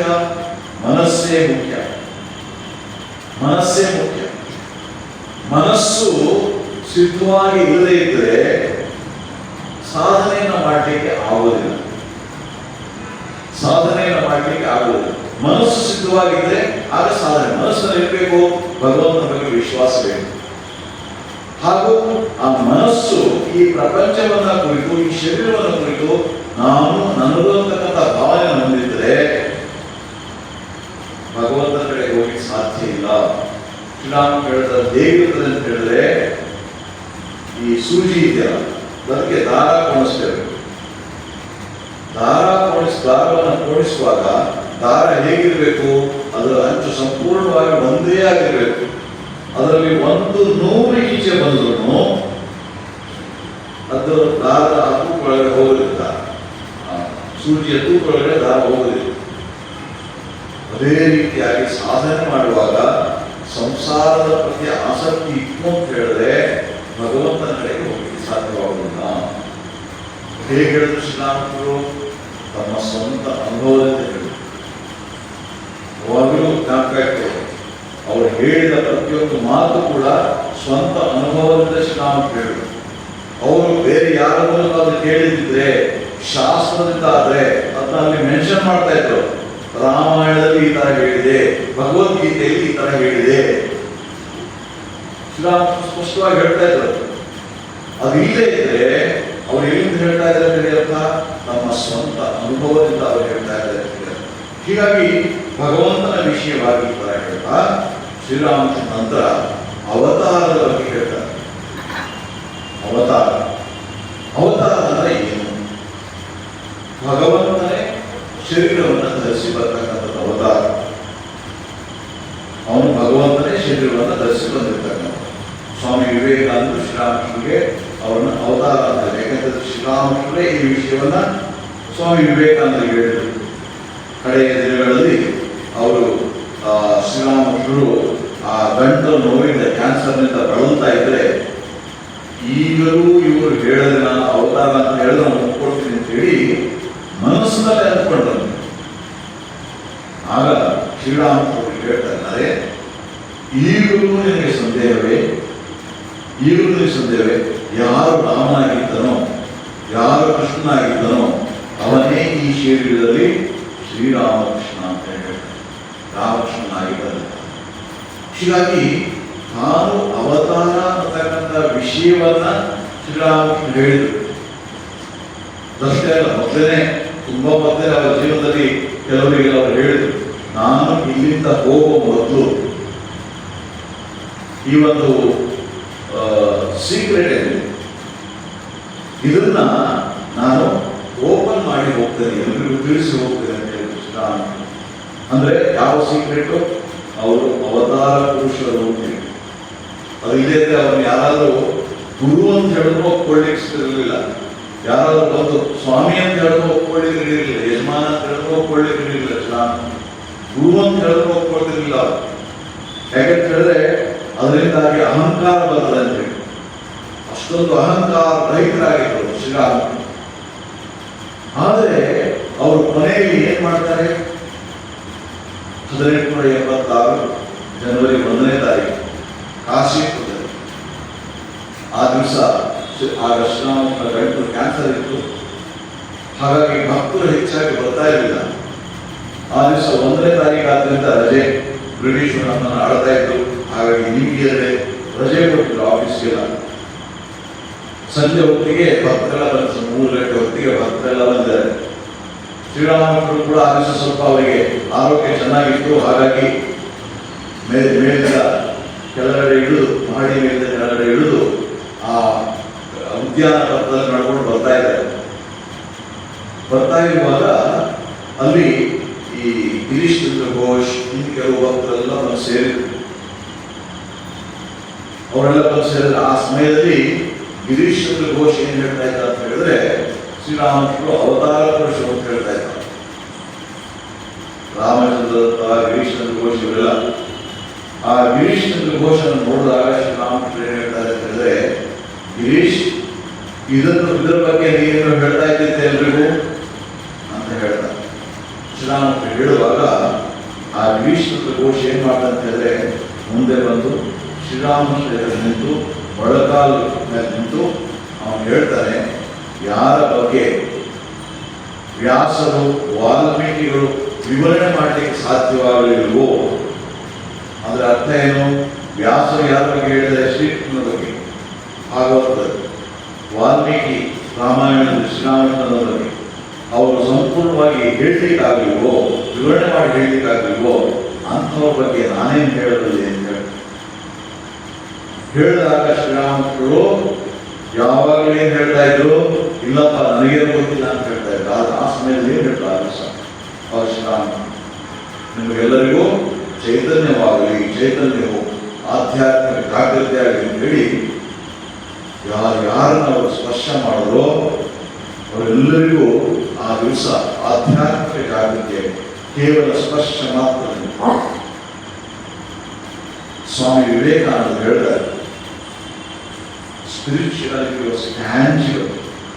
ಅಂದ್ರೆ ಸಾಮಾನ್ಯವಾಗಿ ಆಧ್ಯಾತ್ಮಿಕತೆ ಅಂತಕ್ಕಂಥದ್ದು ಅನುಭವದಲ್ಲಿ ಬರುತ್ತೆ, ಆದರೆ ಅದನ್ನು ನಾವು ಅನುಭವಿಸಬಹುದು ಅಂತ ಸ್ವಾಮಿ ವಿವೇಕಾನಂದ ಹೇಳ್ತಾರೆ. ಅಂದ್ರೆ ಇಂದ್ರಿಯಗಳಿಂದ ಅನುಭವಿಸಲು ಅಲ್ಲ, ಆ ದೃಷ್ಟಿಯಲ್ಲಿ ಸ್ವಾಮಿ ವಿವೇಕಾನಂದ ಹೇಳ್ತಾರೆ. ಅದು ಶ್ರೀರಾಮಕೃಷ್ಣರಿಗೆ ಸಾಧ್ಯವಿತ್ತು. ಸ್ಪರ್ಶದಿಂದ, ವಾಕ್ಯದಿಂದ, ದೃಷ್ಟಿಪಾತದಿಂದ ಆಧ್ಯಾತ್ಮಿಕ ಜಾಗೃತಿಯನ್ನು ಮಾಡುವ ಶಕ್ತಿ ಶ್ರೀರಾಮಕೃಷ್ಣರಿಗೆ ಹೇಳ್ತಾರೆ. ಒಬ್ಬ ವ್ಯಕ್ತಿಯಲ್ಲಿ ಆಧ್ಯಾತ್ಮಿಕ ಜಾಗೃತಿಗೋಸ್ಕರ ಅಂತ ಒಂದು ಅದ್ಭುತವಾಗಿರತಕ್ಕಂಥ ಶಕ್ತಿ ತೋರಲಿ. ಹಾಗಾಗಿ ಅವರನ್ನ ಸ್ವಾಮಿ ವಿವೇಕಾನಂದ ಅವತಾರ ವರಿಷ್ಠರು ಅಂತ ಹೇಳ್ತಾರೆ. ಈ ಅವತಾರಗಳ ಬಗ್ಗೆ ಶ್ರೀರಾಮಕೃಷ್ಣ ಏನ್ ಹೇಳ್ತಾರೆ? ಭಗವಂತನನ್ನ ಅವನ ಮೂಲ ರೂಪದಲ್ಲಿ ತಿಳ್ಕೊಳ್ಳೋದು ಬಹಳ ಕಷ್ಟ. ಮೂಲ ರೂಪದಲ್ಲಿ ಆ ಭಗವಂತನ ತಿಳಿಸ್ಕೊಳ್ಳೋದು ಬಹಳ ಕಷ್ಟ. ಹಾಗಾಗಿ ಅವನು ಏನ್ ಮಾಡ್ತಾನೆ ಅಂತ ಹೇಳಿದ್ರೆ, ತನ್ನ ಬಗ್ಗೆ ತಿಳಿಸ್ಕೊಡ್ಲಿಕ್ಕೆ ಅಂತ ಹೇಳಿ ಅವತಾರವನ್ನು ಎತ್ತಿ ಬರ್ತಾನೆ ಪರಮಾತ್ಮ. ಒಂದು ದಿವಸ ದಕ್ಷಿಣೇಶ್ವರಿ ಮಾಸ್ಟರ್ ಮಹಾಶಯ ಅವ್ರ ಜೊತೆ ಮಾತಾಡ್ತಾ, ಶ್ರೀರಾಮ ಮಧ್ಯೆ ಮಧ್ಯೆ ಅವನು ಯಾವ ಇಲ್ಲೇ ಇರುವಾಗ ಬರ್ತಾ ಇದ್ದ ಮಾಸ್ಟರ್ ಮಹಾಶಯ. ಶ್ರೀರಾಮ ಮಾತಾಡ್ತಾ, ನೋಡು ನನಗೊಂದು ವಿಷಯ ಕೇಳ. ಒಂದು ದೊಡ್ಡ ಮೈದಾನ ಇದೆ, ಓಪನ್, ದೂರ ತನಕ ಕಾಣಿಸ್ತದೆ. ಆ ಮೈದಾನದ ಒಂದು ಕೊನೆಯಲ್ಲಿ ಒಂದು ದೊಡ್ಡ ಗೋಡೆ ಇದೆ. ಆ ಗೋಡೆಯ ಆ ಪಕ್ಕ ಮೈದಾನ, ಈ ಪಕ್ಕ ನೀನು ನಿಂತ್ಕೊಂಡಿದೆ. ಈ ಗೋಡೆ ಇರೋ ಕಾರಣದಿಂದ ಅಷ್ಟು ದೊಡ್ಡ ಮೈದಾನ ಅಲ್ಲಿದ್ರು ಮೈದಾನ ನಿಮಗೆ ಕಾಣಿಸ್ತಾ ಇದೆ. ಯಾಕಂತಂದ್ರೆ ಮೊದಲು ದೊಡ್ಡ ಗೋಡೆ ಇದೆ. ಈಗ ಆ ಗೋಡೆಯಲ್ಲಿ ಒಂದು ತೂತಿದೆ ಅಂತ ಇಟ್ಕೊ, ಒಂದು ತೂತಿದೆ ಅಂದ್ರ ತೂತಿದೆ ಅಂತ ಇಟ್ಕೊ. ಆ ತೂತಿನಿಂದ ಇನ್ನು ಆ ಕಡೆ ನೋಡಿದ್ರೆ ಏನು ಕಾಣಿಸ್ತದೆ? ಮೈದಾನ ಕಾಣಿಸ್ತದೆ ಅಂತ ಹೇಳ್ತಾರೆ. ಆ ಅನಂತವಾಗಿರ್ತಕ್ಕಂತಹ ಆ ಮೈದಾನ ಕಾಣಿಸ್ತದೆ ಅಂತ ಹೇಳ್ತಾರೆ. ಶ್ರೀರಾಮಕೃಷ್ಣ ಹೇಳ್ತಾರೆ, ಇದರಿಂದ ನೀರಿಗೆ ಏನು ಅರ್ಥವಾಯಿತು ಅಂತ ಹೇಳ್ತಾರೆ ಶ್ರೀರಾಮಕೃಷ್ಣ. ನಾವೆಲ್ಲಾದ್ರೂ ಏನು ಹೇಳ್ತಾ ಇದ್ದೀವಿ, ನಿಮಗೆ ಏನು ಅರ್ಥವಾಯಿತು ಅಂತ ಹೇಳ್ತಾರೆ. ಶ್ರೀರಾಮನ ವಚನವೇದದಲ್ಲಿದೆ ಇನ್ಸಿಡೆಂಟ್. ಆಗ ಮಾಸ್ಟರ್ ಏನ್ ಹೇಳ್ತಾರೆ ಅಂತ ಹೇಳಿದ್ರೆ, ನೀವೇ ಆ ರಂಧ್ರ, ನೀವೇ ಆ ರಂಧ್ರ. ಆ ಮೈದಾನ ಅಂತ ಹೇಳಿದ್ರೆ ಅನಂತವಾಗಿರ್ತಕ್ಕಂತಹ ಪರಮಾತ್ಮ. ಪರಮಾತ್ಮನನ್ನ ನಾನು ಒಬ್ಬ ಮಾನವನಾಗಿ ನೋಡಬೇಕಾದ್ರೆ ನನ್ನ ಇಂದ್ರಿಯಗಳು, ಮನಸ್ಸು ಇವುಗಳೆಲ್ಲ ಅಡ್ಡವಾಗಿರುತ್ತಾರೆ. ಆದರೆ ಅವತಾರವನ್ನೆತ್ತಿ ನೀವು ಬಂದಿರೋದ್ರಿಂದ ಪರಮಾತ್ಮ ಏನು ಅಂತಕ್ಕಂಥ ಅನುಭವವನ್ನು ಮಾಡಲಿಕ್ಕೆ ನಮಗೆ ಸಾಧ್ಯವಾಗ್ತದೆ ಅಂತ ಅವನು ಮಾಸ್ಟರ್ ಹೇಳ್ತಾರೆ. ಶ್ರೀರಾಮನಿಗೂ ಸ್ಪಷ್ಟವಾಗಿ ಕೊಡ್ತಾರೆ, ಸರಿಯಾಗಿ ನೀವು ಅರ್ಥ ಮಾಡ್ಕೊಂಡಿದ್ದೀಯಾ ಅಂತ ಹೇಳಿ. ಅಂದ್ರೆ ಅವತಾರ ಅಂತ ಹೇಳಿದ್ರೆ ಹೇಗೆ ಆ ಅನಂತವಾಗಿರ್ತಕ್ಕಂಥ ಪರಮಾತ್ಮನ ನಮಗೆ ತಿಳ್ಕೊಳ್ಳಿಕ್ಕೆ ಸಾಧ್ಯವಾಗುವುದಿಲ್ಲ. ಕಾರಣ ಏನು? ನಮ್ಮ ತಿಳ್ಕೊಳ್ತಕ್ಕಂಥ ಸಾಮರ್ಥ್ಯ ಯಾವುದರ ಮೂಲಕ? ಮನಸ್ಸು ಮತ್ತು ಇಂದ್ರಿಯಗಳ ಮೂಲಕ. ಈ ಮನಸ್ಸು ಮತ್ತು ಇಂದ್ರಿಯಗಳು ಕೆಲಸ ಮಾಡತಕ್ಕಂಥ ರಾಜ್ಯ ಯಾವುದು? ದೇಶ, ಕಾಲ, ನಿಮಿತ್ತ ಅಂತ ಹೇಳಿ ಇರಬೇಕು. ಒಂದು ದೇಶ ಅಂತ ಹೇಳಿದ್ರೆ ಪ್ರದೇಶ ಇರಬೇಕು, ಅದಕ್ಕೆ ಆಮೇಲೆ ಕಾಲ, ಸಮಯ ಇರಬೇಕು, ಅದಾದ್ಮೇಲೆ ಕಾರ್ಯಕಾರಣ ಸಂಬಂಧ ಇರಬೇಕು. ಇದ್ರೆ ಮಾತ್ರ ನಾವು ಅದನ್ನ ಅರ್ಥ ಮಾಡ್ಕೊಳ್ಳಿಕ್ಕೆ ಸಾಧ್ಯ. ಒಬ್ಬ ಮನುಷ್ಯನ ನಮ್ಮ ಇಂದ್ರಿಯ ಮನಸ್ಸುಗಳು ಅದನ್ನ ಅರ್ಥ ಮಾಡ್ಕೊಳ್ಬೋದು. ಹಾಗಾಗಿ ಪರಮಾತ್ಮ ಅವನಿಗೆ ದೇಶ ಅಂತ ಹೇಳಿದ್ರು ಸರ್ವವ್ಯಾಪಿ. ಹಾಗಾಗಿ ಅವನು ಇಲ್ಲಿದ್ದಾನೆ ಇಲ್ಲ ಅಂತ ಹೇಳಕ್ಕಾಗೋದಿಲ್ಲ. ಹೀಗಾಗಿ ಅದನ್ನು ಕೂಡ ಪರಿಮಿತನಾಗಲಿಲ್ಲ. ಕಾಲ, ತ್ರಿಕಾಲದಲ್ಲೂ ಕೂಡ ಇರ್ತಕ್ಕಂಥದ್ದು. ಭೂತಕಾಲದಲ್ಲಿ ಇದ್ದಾನೆ, ವರ್ತಮಾನದಲ್ಲಿ ಇದ್ದಾನೆ, ಹಾಗೆ ಭವಿಷ್ಯದಲ್ಲೂ ಕೂಡ ಇರ್ತಕ್ಕಂಥದ್ದು. ಅವನಿಗೆ ಇದೇ ಇಲ್ಲ. ಹಾಗಾಗಿ ಕಾಲಾತೀತನು, ಹಾಗಾಗಿ ಕಾರ್ಯಕಾಲದಲ್ಲಿ ಕೂಡ ಅತೀತನು. ಅಂತಹ ಪರಮಾತ್ಮನನ್ನ ನಮ್ಮ ಈ ಒಂದು ಇನ್ಸ್ಟ್ರೂಮೆಂಟ್ ಯಾವುದು ಮನಸ್ಸು, ಅದು ಈ ಪರಿಮಿತಿಯ ಒಳಗಡೆ ಇರ್ತಕ್ಕಂಥ ಇನ್ಸ್ಟ್ರೂಮೆಂಟ್ ತಿಳ್ಕೊಳ್ಳಿಕ್ಕೆ ಹೇಗೆ ಸಾಧ್ಯ? ಹಾಗಾಗಿ ಆ ಅನಂತನಾಗಿರ್ತಕ್ಕಂಥ ಪರಮಾತ್ಮ ಏನ್ ಮಾಡ್ತಾನೆ ಅಂತ ಹೇಳಿದ್ರೆ, ಶಾಂತವಾಗಿರ್ತಕ್ಕಂಥ ಶರೀರ ಧಾರಣೆಯನ್ನು ಮಾಡಿ ಬಂದು ತನ್ನ ಶಕ್ತಿಯನ್ನು ತೋರಿಸ್ತಾನೆ. ಅದು ಹೇಗೆ ಉಂಟಾಗ್ತದೆ ಶಕ್ತಿ? ಕೇವಲ ಸ್ಪರ್ಶದಿಂದ, ಕೇವಲ ಒಂದು ಮಂತ್ರ ಕೊಡೋದ್ರ ಮೂಲಕ ಮನುಷ್ಯ ವ್ಯಕ್ತಿಗಳಿಗೆ ಆಧ್ಯಾತ್ಮಿಕ ಜಾಗೃತಿಯನ್ನು ಉಂಟು ಮಾಡಿ ಆ ಆಧ್ಯಾತ್ಮಿಕ ಅನುಭವವನ್ನು, ಪರಮಾತ್ಮನ ಅನುಭವವನ್ನು ಕೊಡ್ತಕ್ಕಂಥ ಆ ಒಂದು ಶಕ್ತಿಯನ್ನು ಶ್ರೀರಾಮಕೃಷ್ಣ ನೋಡ್ತೇವೆ. ಅದು ಅವತಾರದ ವಿಶೇಷ. ಇನ್ನೊಂದು ವಿಷಯ ಹೇಳ್ತಾ ಇದ್ದಾರೆ ಅವತಾರ ಬಗ್ಗೆ ಶ್ರೀರಾಮ. ಹಾಲು ಹಸುವಿನ ರಕ್ತದಿಂದ ಬರುತ್ತದೆ. ಹಸುವಿನ ರಕ್ತದಲ್ಲಿ ಹಾಲು ಉತ್ಪತ್ತಿಯಾಗಿದೆ. ಆ ರಕ್ತ ಅಂತಕ್ಕಂಥದ್ದು ಹಸುವಿನ ಶರೀರದ ಎಲ್ಲ ಕಡೆಗಿದೆ.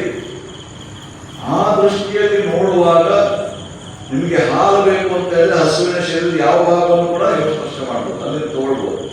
ಆದ್ರೆ ಸಿಗೋದಿಲ್ಲ. ಹಾಲು ಸಿಗಬೇಕಾದ್ರೆ ಎಲ್ಲಿಂದ ನಾವು ಇದು ಮಾಡಬೇಕು? ಅದನ್ನ ಕೆಚ್ಚಲಿನಿಂದ ಹಾಲು ನಾವು, ಅದರ ಕೆಚ್ಚಲಿನಿಂದ ಹಾಲು ನಾವು ಬೆಳಿತೇವೆ. ಅದೇ ರೀತಿಯಾಗಿ ಆ ಪರಮಾತ್ಮ ಸರ್ವವ್ಯಾಪಿ ಆದವನು, ಅನಂತನಾದವನು, ಅದನ್ನು ನಾವು ಸಾಧನಾಗಿರ್ತಕ್ಕಂಥ ಈ ಮನುಷ್ಯ, ಆದಿ ಅಂತ್ಯ ಎರಡೂ ಇರತಕ್ಕಂಥ ಈ ಮನುಷ್ಯರು, ನಮ್ಮ ಈ ಮನಸ್ಸಿನಿಂದ ಕೂಡ ಅವನು ಅವತಾರವನ್ನೆತ್ತಿ ಬಂದಾಗ ಆ ಮೂಲಕ ಅವನನ್ನು ತಿಳಿದುಕೊಳ್ಳಬಹುದು ಅಂತ ಶ್ರೀರಾಮ ಹೇಳ್ತಾರೆ. ಹೀಗಾಗಿ ಅವತಾರಕ್ಕೆ ಒಂದು ಮಹತ್ವವನ್ನು ಶ್ರೀರಾಮ ಕೊಡ್ತಾರೆ. ಅವತಾರದ ಬಗ್ಗೆ ಶ್ರೀರಾಮ ಹೇಳ್ತಾರೆ. ಹೀಗಾಗಿ ಆಮೇಲೆ ಇನ್ನೊಂದು ಅವ್ರು ಹೇಳ್ತಾ ಇರೋದು ಅಂತ ಹೇಳಿದ್ರೆ, ಭಗವಂತ ಮತ್ತು ಅವನ ಸೃಷ್ಟಿ. ಇದರ ಬಗ್ಗೆ ಕೂಡ ಶಾಸ್ತ್ರಗಳು ಸಾಕಷ್ಟು ಇದ್ರ ಬಗ್ಗೆ ಹೇಳಿದ್ದಾರೆ. ಸೃಷ್ಟಿಗೂ ಭಗವಂತನಿಗೂ ಏನು ಸಂಬಂಧ ಅಂತ, ಸಂಬಂಧ ಏನು ಭಗವಂತ ಹಾಗೂ ಅವನ ಸೃಷ್ಟಿ. ಶ್ರೀರಾಮಕೃಷ್ಣ ಏನ್ ಹೇಳ್ತಾ ಇದ್ರು ಅಂತ ಹೇಳಿದ್ರೆ, ಭಗವಂತ ಅವನು ನಿತ್ಯ ಅಂತ ಹೇಳಿದ್ರೆ ತ್ರಿಕಾಲಗಳಿಗೆ ಅತೀತನಾಗಿರ್ತಕ್ಕಂಥ, ಅವನಲ್ಲಿ ಯಾವುದೇ ರೀತಿಯ ಬದಲಾವಣೆ, ಪರಾಕ್ರಮದಲ್ಲಿ ಯಾವುದೇ ರೀತಿಯ ಬದಲಾವಣೆ ಇರುವುದಿಲ್ಲ. ಅವನು ರೂಪಧಾರಿಯಾಗಿ ಬಂದಾಗ ಮಾತ್ರ ಅದರಲ್ಲಿ ಬದಲಾವಣೆ ಬರ್ತದೆ. ಇಲ್ಲದಿದ್ರೆ ಮೂಲ ರೂಪದಲ್ಲಿ ಯಾವುದೇ ರೀತಿಯ ಬದಲಾವಣೆ ಆಗುವುದಿಲ್ಲ. ಆದರೆ ಈ ಸೃಷ್ಟಿ, ಇದರಲ್ಲಿ ಪ್ರತಿಕ್ಷಣ ಬದಲಾವಣೆ ಆಗ್ತಾ ಇರ್ತದೆ. ಪ್ರತಿಕ್ಷಣ ಅದು ಸೃಷ್ಟಿಯ ಒಂದು ವಿಶೇಷ. ಜಗತ್ತು ಅಂತ ಈ ಪ್ರಪಂಚಕ್ಕೆ ಜಗತ್ತು ಅಂತ ಹೇಳ್ತೇವೆ. ಜಗತ್ತು ಅಂತ ಹೇಳಿದ್ರೆ ಅರ್ಥ ಏನು?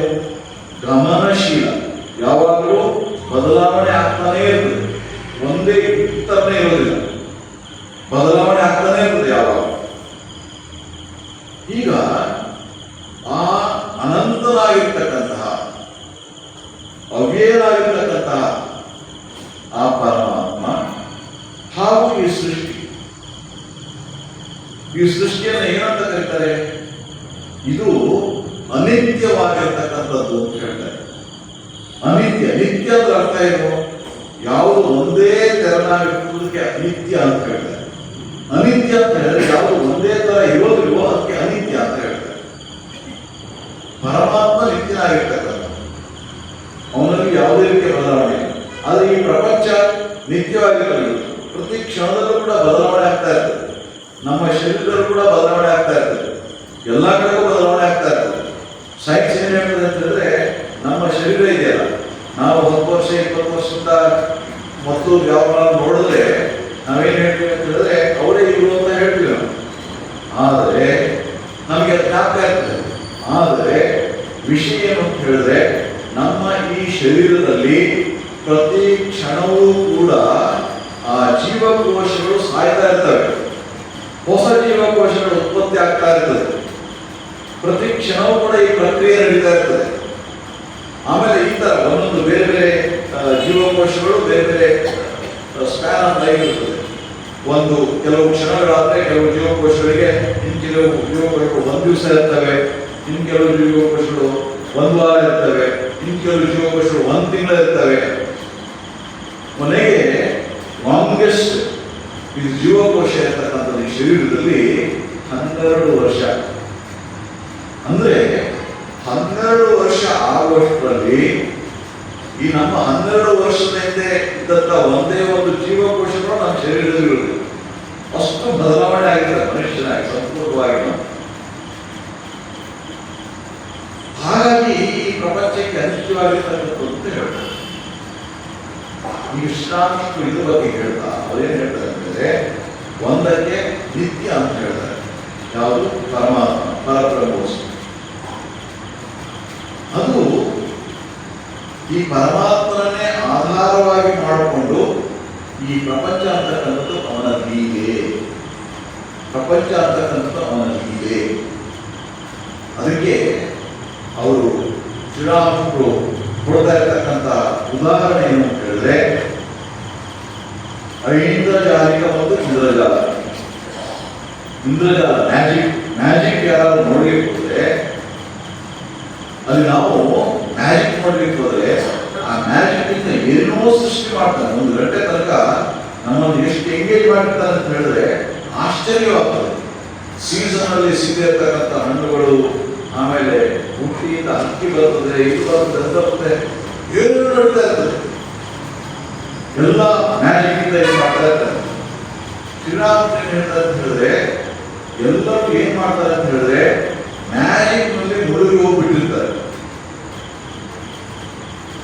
ಎಲ್ಲೋ ಒಂದಿಬ್ರು ಮಾತ್ರ ಇಷ್ಟೊಂದೆಲ್ಲ ಮ್ಯಾಜಿಕ್ ಮಾಡ್ತಾ ಇದ್ದಾರೆ. ಈ ಮ್ಯಾಜಿಷಿಯನ್ ಹೆಂಗಿರ್ಬೋದು ಅಂತೇಳಿ, ಇಂದ್ರಜಾಲಿಕ ಅವನು ಹೆಂಗಿರ್ಬೋದು ಅಂತೇಳಿ ಶ್ರೀರಾಮಕೃಷ್ಣ ಏನ್ ಹೇಳ್ತಾರೆ ಅಂತ ಹೇಳಿದ್ರೆ, ಈ ಐಂದ್ರಜಾಲಿಕನೇ ಸತ್ಯ, ಇಂದ್ರಜಾಲ ಅಂತಕ್ಕಂಥದ್ದು ಅನಿತ್ಯ.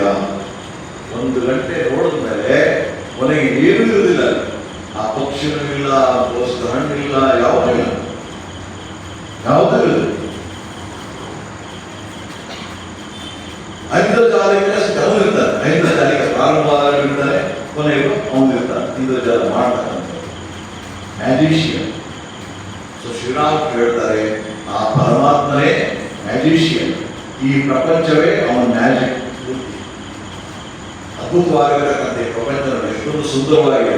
ಮ್ಯಾಜಿಕ್ ಅಂತಾನೆ ಹೇಳ್ಬೇಕು. ಯಾಕಂತಂದ್ರೆ ಎಷ್ಟೊಂದು ಸುಂದರವಾಗಿದೆ ಪ್ರಪಂಚ ಅಂತ ಹೇಳಿದ್ರೆ ಸಂಪೂರ್ಣವಾಗಿ ನಮ್ಮ ಮನಸ್ಸನ್ನೆಲ್ಲ ಸೂರೆಗೊಳ್ಳುತ್ತದೆ.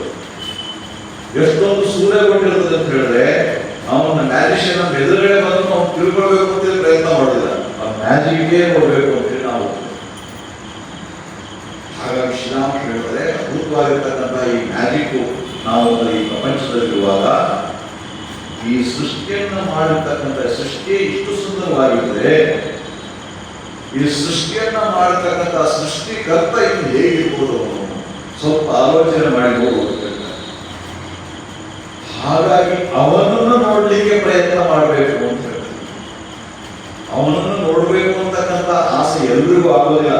ಮನುಷ್ಯನ ಸಹಸ್ರೇಶು ಕಶ್ಚಿತ್ ಯತಸಿದ್ಧೇ, ಸಾವಿರಾರು ಜನರಲ್ಲಿ ಎಲ್ಲೋ ಕೆಲವರಿಗೆ ಮಾತ್ರ ಅವನನ್ನು ನೋಡ್ಬೇಕು ಕಾಣಬೇಕು ಅಂತಕ್ಕಂಥದ್ದು ಇಚ್ಛೆ ಆಗ್ತದೆ. ಬೇರೆಯವರೆಲ್ಲ ಇಂದ್ರಜಾಲದಲ್ಲೇ ಮುಳುಗಿ ಹೋಗಿಬಿಟ್ಟಿರ್ತಾರೆ ಅಂತ ಹೇಳಿ. ಹಾಗಾಗಿ ಶ್ರೀನಾಥ್ ಏನ್ ಹೇಳ್ತಾರೆ ಅಂತ ಹೇಳಿದ್ರೆ, ಮಾನವನಾಗಿ ಹುಟ್ಟಿದ ಮೇಲೆ ಆ ಸೃಷ್ಟಿಕರ್ತನನ್ನ ತಿಳಿದುಕೊಳ್ಳಿಕ್ಕೆ ನಾವು ಪ್ರಯತ್ನವನ್ನು ಮಾಡಬೇಕು. ಮಾಡಿದ್ರೆ ಏನಾಗತ್ತೆ? ಜನನ ಮರಣದ ಈ ಸಂತರಿಂದ ನಾವು ಮುಕ್ತರಾಗಬಹುದು. ಅದು ಒಂದೇ ಅಲ್ಲ, ಇನ್ನೊಂದು ವಿಶೇಷ ಏನು ಅಂತ ಹೇಳಿದ್ರೆ, ಎಷ್ಟು ಮಟ್ಟಿಗೆ ಅವನು ತಿಳ್ಕೊಳ್ಳಿಕ್ಕಾಗತ್ತೋ ಅಷ್ಟು ಮಟ್ಟಿಗೆ ಮನಸ್ಸಿಗೆ ಶಾಂತಿ, ಮನಸ್ಸಿಗೆ ಆನಂದ, ಆಮೇಲೆ ಅವನ ಪ್ರೇಮ ಅದು ಜಾಗೃತವಾಗ್ತಾ ಹೋಗ್ತದೆ, ಇನ್ನು ಹೆಚ್ಚೆಚ್ಚಾಗ್ತಾ ಹೋಗ್ತದೆ. ಆಮೇಲೆ ಸಂಪೂರ್ಣವಾಗಿ ಅಂದ್ರೆ ಆ ಭಗವಂತನ ಸಾಕ್ಷಾತ್ಕಾರವಾದ ಏನಾಗುತ್ತೆ? ಶಾರದಾ ಮಾತ್ರ ಒಂದು ಮಾತು ಕೇಳ್ತಾರೆ, ಭಗವಂತನ ಸಾಕ್ಷಾತ್ಕಾರವಾದ್ರೆ ಏನು ಎರಡು ಕೋಡ್ ಬರ್ತದೆ ನಿಮಗೆ? ಇಲ್ಲ, ನೀವು ಯಾವುದೇ ತರ ಇರ್ತದೆ. ಪ್ರಪಂಚವನ್ನು ನೋಡ್ತಕ್ಕಂಥ ನಿನ್ನ ದೃಷ್ಟಿ ಸಂಪೂರ್ಣವಾಗಿ ಬದಲಾಗುತ್ತೆ.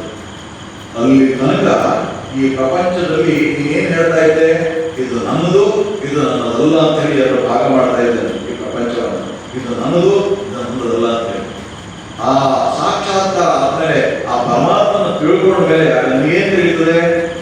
ನಂದು ಅಂತ ಹೇಳಿ ಯಾವುದೂ ಇಲ್ಲ, ಎಲ್ಲವೂ ಕೂಡ ಆ ಪರಮಾತ್ಮನಿಗೆ ಸೇರಿತ್ತು ಅಂತ ಹೇಳಿ ಆ ವಿಷಯ ನಿಮ್ಗೆ ಹೇಳಿದೆ. ಯಾಕಂದ್ರೆ ಅವನ ಸೃಷ್ಟಿಕರ್ತ, ಅವನ ಸೃಷ್ಟಿಗೆ ಅವನೆಲ್ಲ ಮಾಡಿದ್ದು.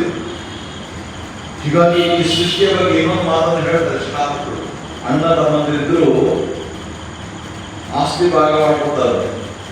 ಎಲ್ಲ ಹಳದ್ಬಿಟ್ಟು ಆ ಕಡೆಗೆ ನಂದು, ಈ ಕಡೆ ನಿಂದು ಅಂತ ಹೇಳಿ ಹೇಳುವಾಗ ಅವನು ಪರಮಾತ್ಮ ನಗಾಡ್ತಾನೆ. ಏನಕ್ಕೆ ನಗಾಡ್ತಾನೆ?